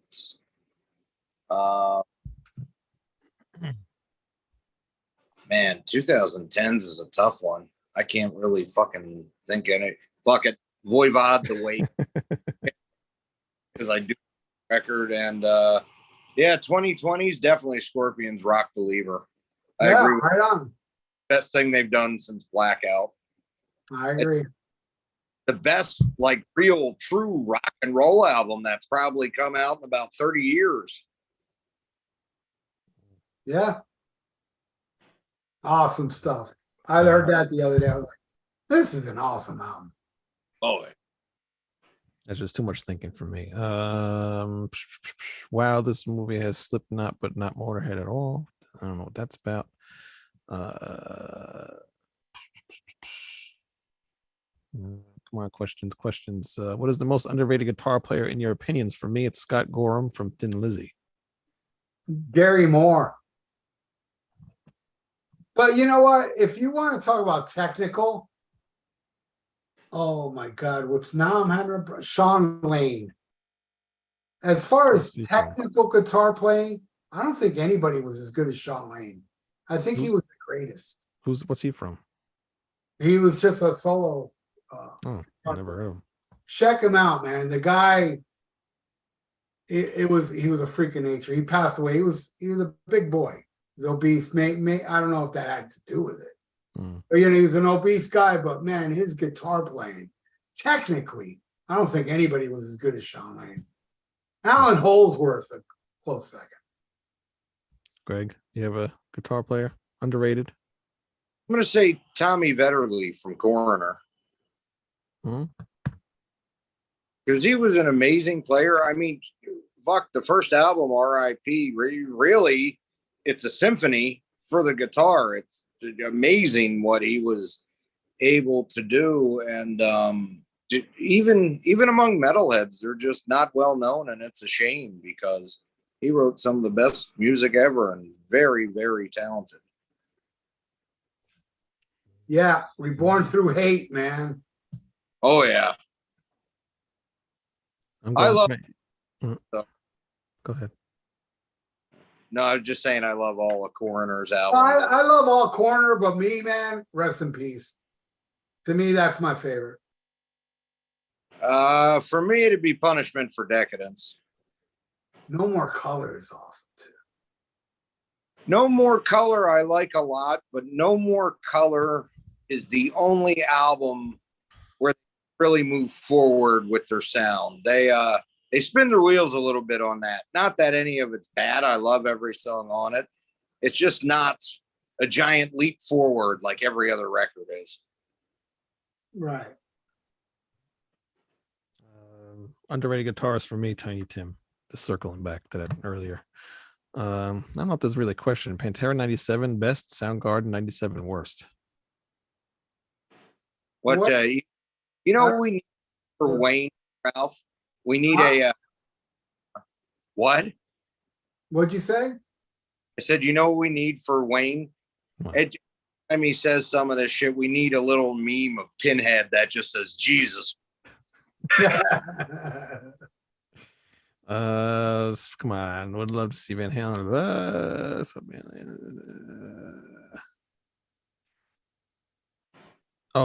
Jackson's phone died. That's why it's not here. Okay. Thanks for coming on, Jackson. Yeah, thanks for coming on. That was your last time. Velvet Underground was the steaming pile. I agree. Greg, Lou Reed inducted Frank Zappa and the Mothers of Invention into the Rock and Roll of Fame. And you're Okay,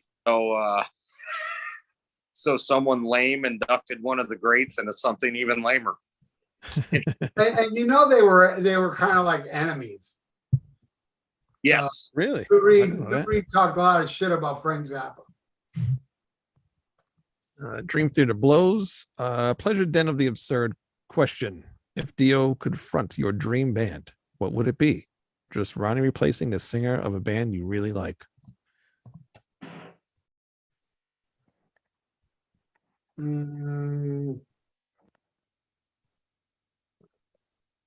Zeppelin. Oh, I mean, I wouldn't want him to replace, Robert Plant, but I'm just saying it'd be interesting to see him front Zeppelin. How about Man of War?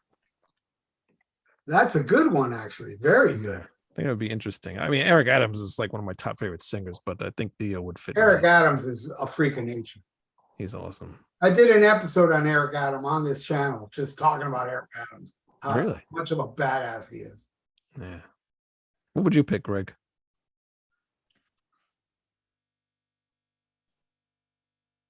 Greg, are you there? We lost Greg. We can see him, but we can't hear him. Oh, he's gone. Do you have any thoughts about the winery dogs? Nope. I saw them live. They were good, but song-wise, it does not for me. But yeah, they were really good live. They played Shy Boy, which was cool. No idea. Oh crap! What the hell just happened? It moved. Somebody must have wrote something and it moved on me. Something about Kiss. Yeah, sorry. My phone wonky there. It's getting ready to die. Who would you like to see Dio in? What band? Iron Maiden, honestly. I would love to hear Ronnie do Somewhere in Time. Oh, yeah, that would be cool. Actually, yeah, fuck yeah. There's an AI thing for someone if they can do it right. The hell with Aces High. Give me Ronnie realistically doing Alexander the Great. All right, somebody work on that. Which album would you pick? Kiss the Elder or Metallica Lulu? Come on. I love the Elder, man. The Elder rules. Of course. The Elder's awesome. We keep just for fun. Will Evan, Stanley, and Nick Simmons replace their fathers in Kiss? No. Mm-mm. Nobody's going to replace nobody in Kiss. Paul Stanley is bullshitting you by saying they're going to get people to replace them as an excuse of why they got Fake Frehley and Cheater Chris in the band. Look, they got replaced, so we're going to have the same thing happen to us, which is a lie because he's been saying it for over 10 years. And now that he has no voice and he just can't cut it anymore, this is the perfect time to get replaced. But it ain't going to happen. It's all, and people believe it. People eat that shit up like it's going to happen. Bitch, if it was going to happen, it would have happened 10 years ago. Of course, but he's been saying it for 20 years. They almost had me when they were going to have those Japanese girls be the new Kiss or something. Remember that? No, I don't. No? I remember that. I thought it was pretty clear it was a joke, though. But sure. Have you heard that Kiss intends to go on with new members? We just did that after they were dead. The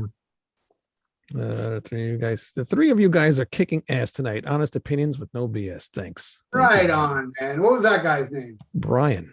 Yeah, Brian, right on. He's a smart man. Yeah.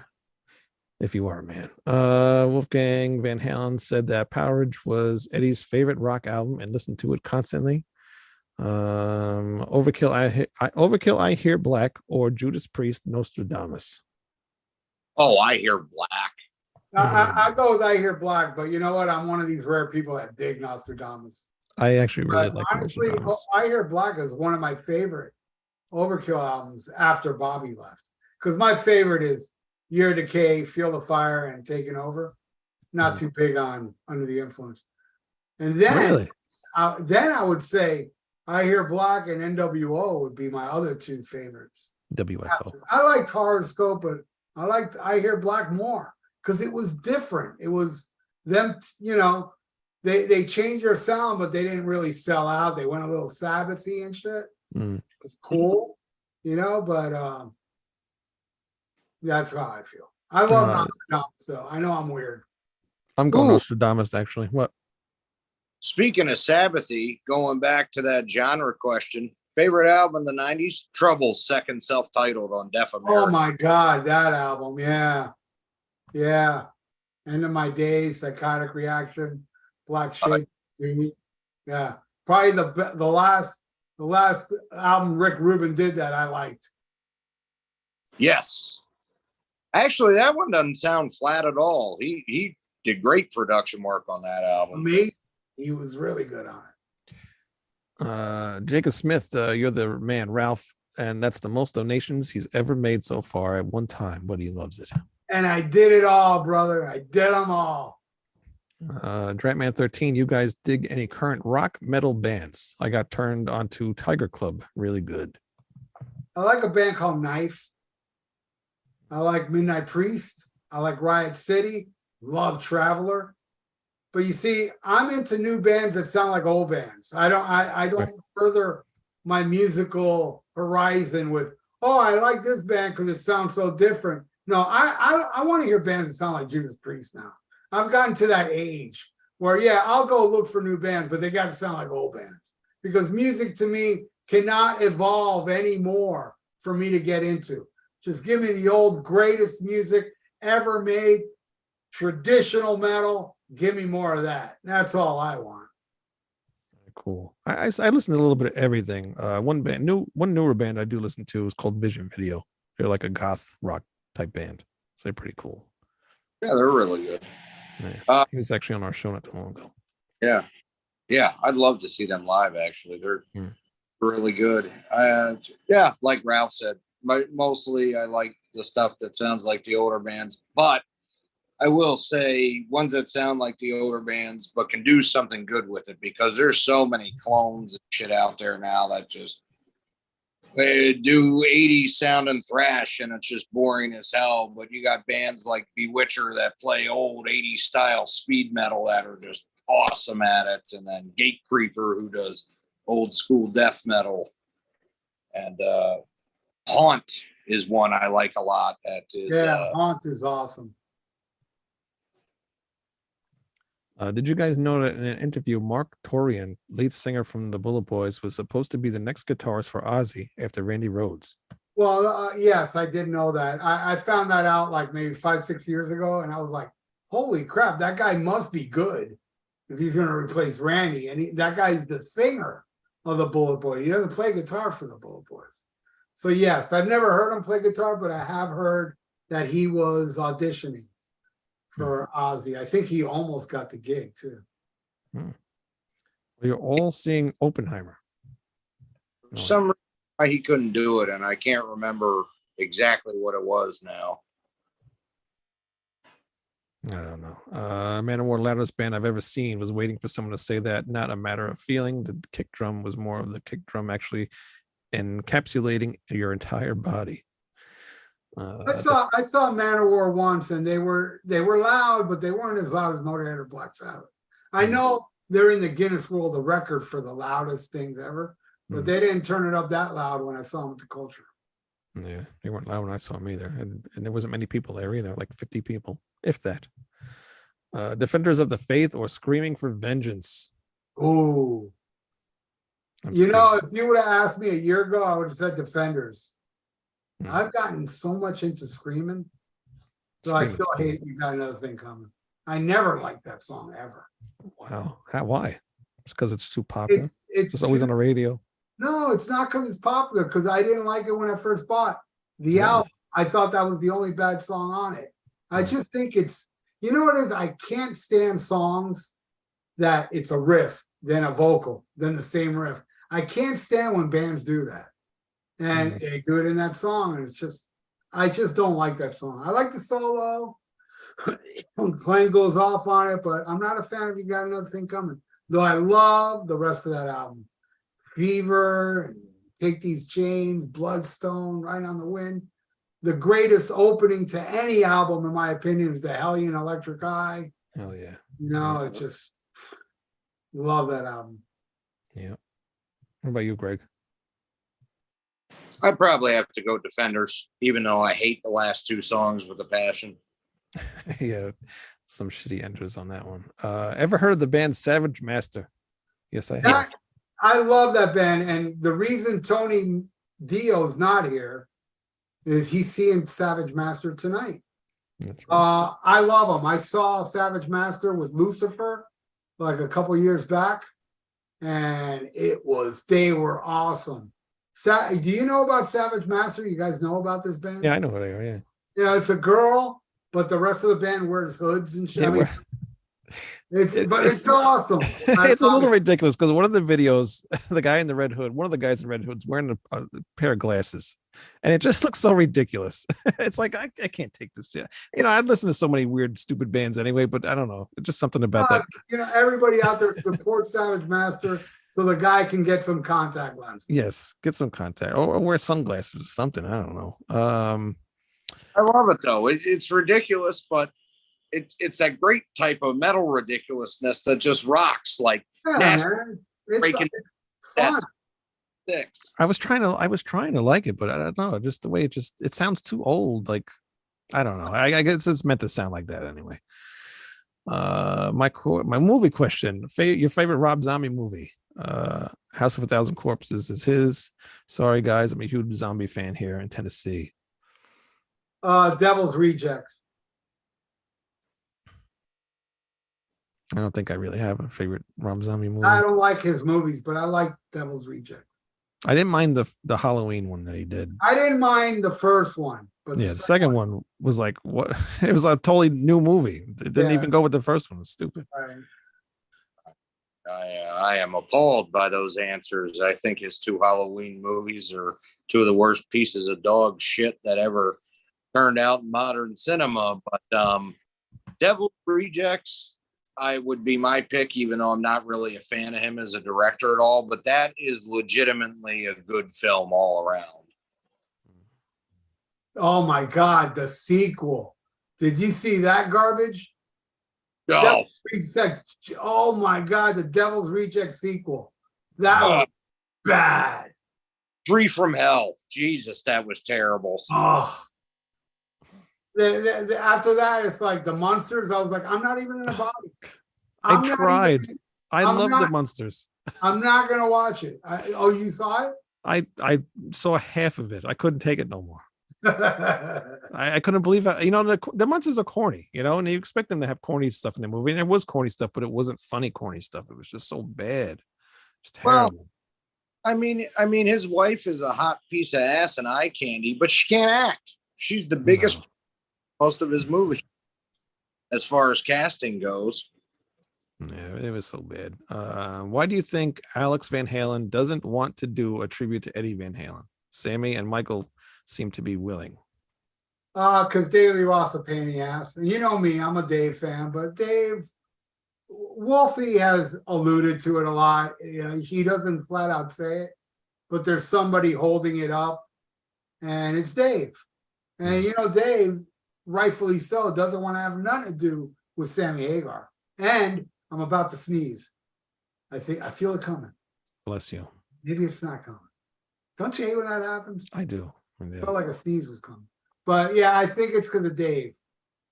Dave is too difficult. And by them doing a reunion or a tribute with Sammy and not Dave, Alex knows nobody's going to want to see that shit.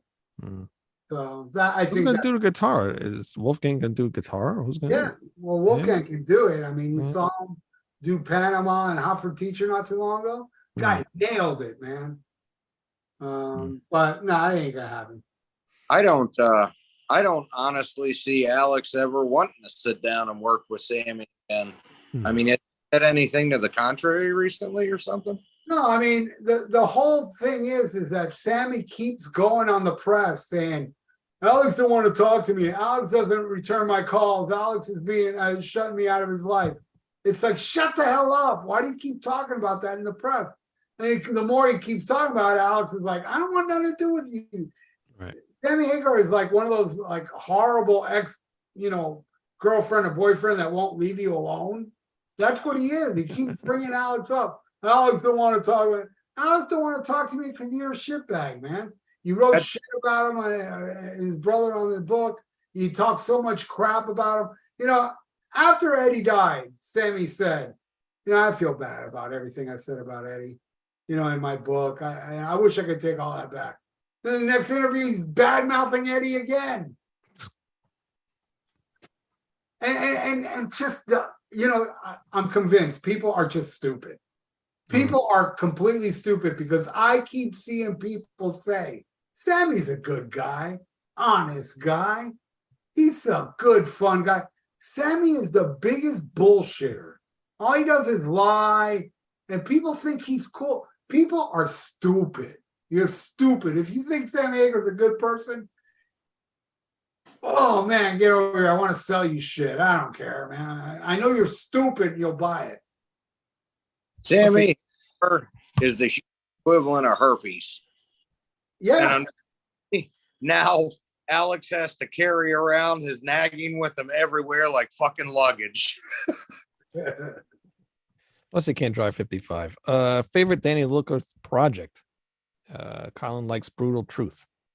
I like Nuclear Assault. I'm a thrash guy, and I love this stuff in Nuclear Assault up to Game Over. I hate it Out of Order. Yeah, Out of Order was his with them. He wasn't on something. Well, actually, his last album with them was the reunion album in 2005, Third World Genocide, which is the worst album they have ever done. God, I was so disappointed when that came out. But I love Nuclear Assault. I love Brutal Truth. But if I had to pick the one album, best thing I ever thought he was involved in, I'd have to go with SOD. Oh, yeah, I changed my answer. Speak English or Die. I love Bigger Than the Devil. I just thought Bigger Than the Devil started with clunker songs, like a Pantera wannabe song. But as this album goes on, man, it's awesome. But Speak English or Die is hands down the greatest thing not only Dan Lilliker's done, but the greatest thing the other three did as well. Way better than Anthrax and better than MOD, but MOD was good. But yeah, SOD is definitely my pick. Go Nuclear Assault. And I totally disagree with the Anthrax thing. Iron Maiden, Peace of Mind, or Power Slave? Oh, I go Power Slave. Yeah, I'm going Power Slave too. Second half of Peace of Mind's terrible. No, it's not. Yes, it is. No, it's actually really good. It's not. The last song, all right, I'll give you the last song, but then you got the Quest by Fire. Steel rules, man. Oh, Quest for Fire. I used to hate Quest for Fire. Now I love it. I still think it's a shitty song, but it's an awesome shitty song. And the Trooper, Still Life, get the fuck out of here. Trooper's on the second half. It's on the first half, isn't it? No, the Trooper starts side 2. And then it goes into Still Life, another great song. I think the side 2 is better than side 1. I don't know. I like the album. There's a lot of songs I don't like. Power Slave, there's maybe one song I don't like. Well, I love that song. There's a song I don't like of them.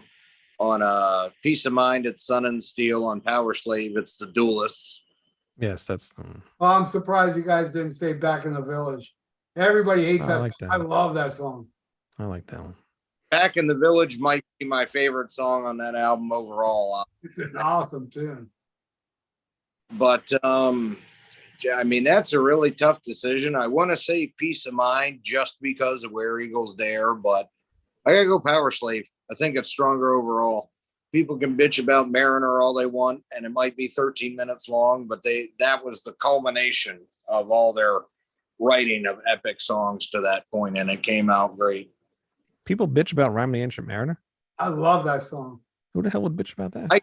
Stop reading more recent reviews on the internet. People are just so fucking stupid now. It's irritating. Oh, Oh, well, you people can't. think Sammy Hagar is a good person. I'm telling you, people are really dumb. Yeah. So it's ridiculous how people just like all of a sudden just flip. I've never heard anybody say Rhyme of the Ancient Mariner was bad. I love that song. I think it's the It's- greatest Iron Maiden song that is over 10 minutes. Yeah, definitely. Zodiac Mind Warp or Circus of Power. Zodiac Mind Warp. I love that first Tattooed Messiah. I love that album. Never heard either one. Yeah, I'd have to go Zodiac Mind Warp too. Circus of Power I do like, but I love their first album, and I don't think anything they ever did after that measured up to it, where Zodiac Mind Warp stayed consistent. Rob Zombie totally ripped that guy off. Oh, big time. Yeah. Thoughts on Euthanasia by Megadeth? It has its moments. I started to lose interest in Megadeth after Rust in Peace. I was really let down with Countdown. Though there are good songs on there, but it was a blatant attempt of commerciality. You know, them trying to do their Black Album. I think Euthanasia continued that. Though there are songs I like on there.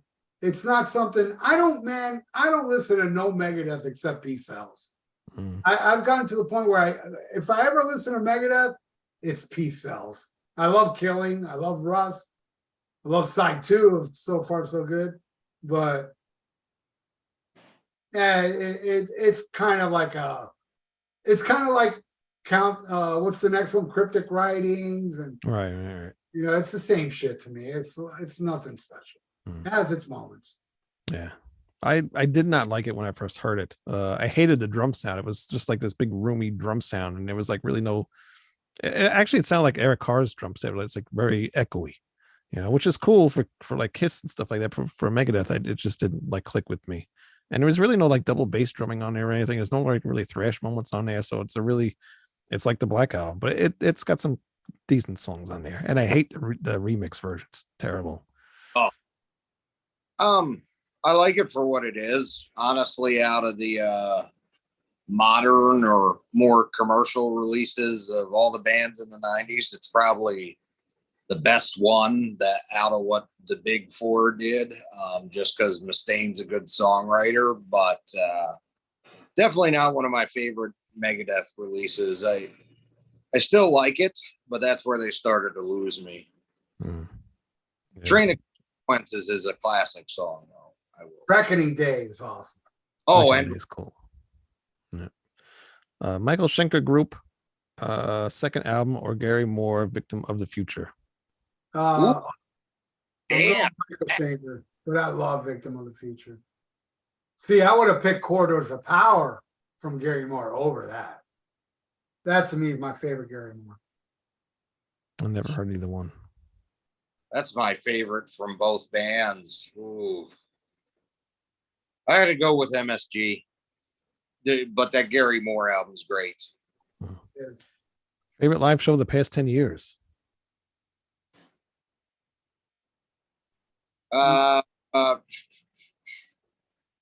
Okay, so it might not have technically been the best musically out of all of them, and it was only two members that were in the band back in the 70s and only one original member overall, but I finally got to see Mata Hoople in some form in 2018, and that was really cool. Naughty Holder there? Naughty Holder was in Slade, not Mott. No. Who's the guy in Mata Hoople, the main guy? Ian Hunter. Okay, yeah. He was there?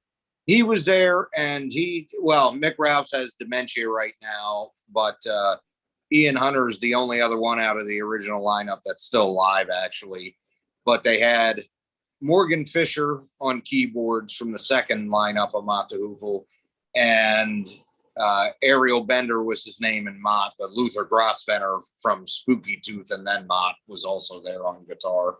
So the core 3 out of the 5 members of the 74 lineup, that was probably the biggest of the band when they played Broadway with Queen and all that. And that was just real special to me because they were one of my favorites, always have been. Right on. My favorite would be the last time I saw Metallica. You know, they only played songs from the first 2 albums. They threw in Blitzkrieg and Am I Evil? That and the last time I saw King Diamond was very close too, because that was an awesome performance King did. So yeah. What album was that for? Do you remember? What, King Diamond? Yeah. No, he was plugging that One Institution song. Oh, geez. Yeah, back in 2019, pre-pandemic. Yeah, something like that. Yeah. Yeah, that was a great show though. He even played a song from the Institution that's still not out 4 years later. Supposedly it's coming. Yeah. Oh, is I just saw the Merciful Fate show in November, but I think I'm gonna have to go with Halloween because it was kind of cool to see like Michael Kiske come back, Kai Hansen, and everybody. So that was probably my favorite. Escape from New York or Big Trouble in Little China. Escape from New York. I never saw either one. What? I'm not a movie guy. What can I tell you? But Escape from New York. Wayne, what's your favorite song from Tailgunner's Gun for Hire since you held it up earlier? Actually, I haven't listened to any of it yet, so I have no clue. Rob Zombie is great, remembered, noted, storied, watched, recorded, filmmaking formula kind of. Sammy Hagar is a professional pickle whistler. Yeah, he's right. SOD is legendary for sure. Somebody just says Tank. Yeah, love me some Tank. Oh, hell yeah. If you look up the definition of narcissist, it resembles Hagar more than Roth. Metallica is not known for giving bands a big break. Why is that? Examples: Death Angel, Volbeat are the only couple I can think of. Metallica does what they do is smart. It's not something that appeals to us metalheads because us metalheads want Exodus and all these thrash bands opening. But what they do is they take out these bands that are popular with the youth. Mm-hmm. Avenged Sevenfold. I saw that shit was terrible. When I saw Metallica was Avenged Sevenfold and Volbeat, it was horrible. But boy, did people get into it, and it was young people. So they take out these bands that young people are into, then they'll probably get into Metallica by being there. They probably don't care about Metallica.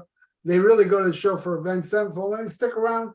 And then that's why Metallica's is so huge. Still playing stadiums and shit like that, because they know the business that you get the young people to come to the show and they're gonna the youth are the future. You know what I mean? Mm-hmm. Yeah. So yeah, that's why they take out garbage bands and not killer thrash bands.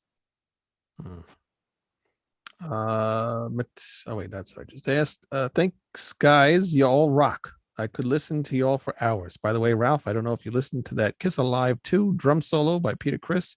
When you can hear Gene ask Peter, what are you doing? Yeah, I think he wrote that in a past chat. I gotta listen to it again. It's a very short drum solo. I remember. Yeah. I love it. God of Thunder drum solo.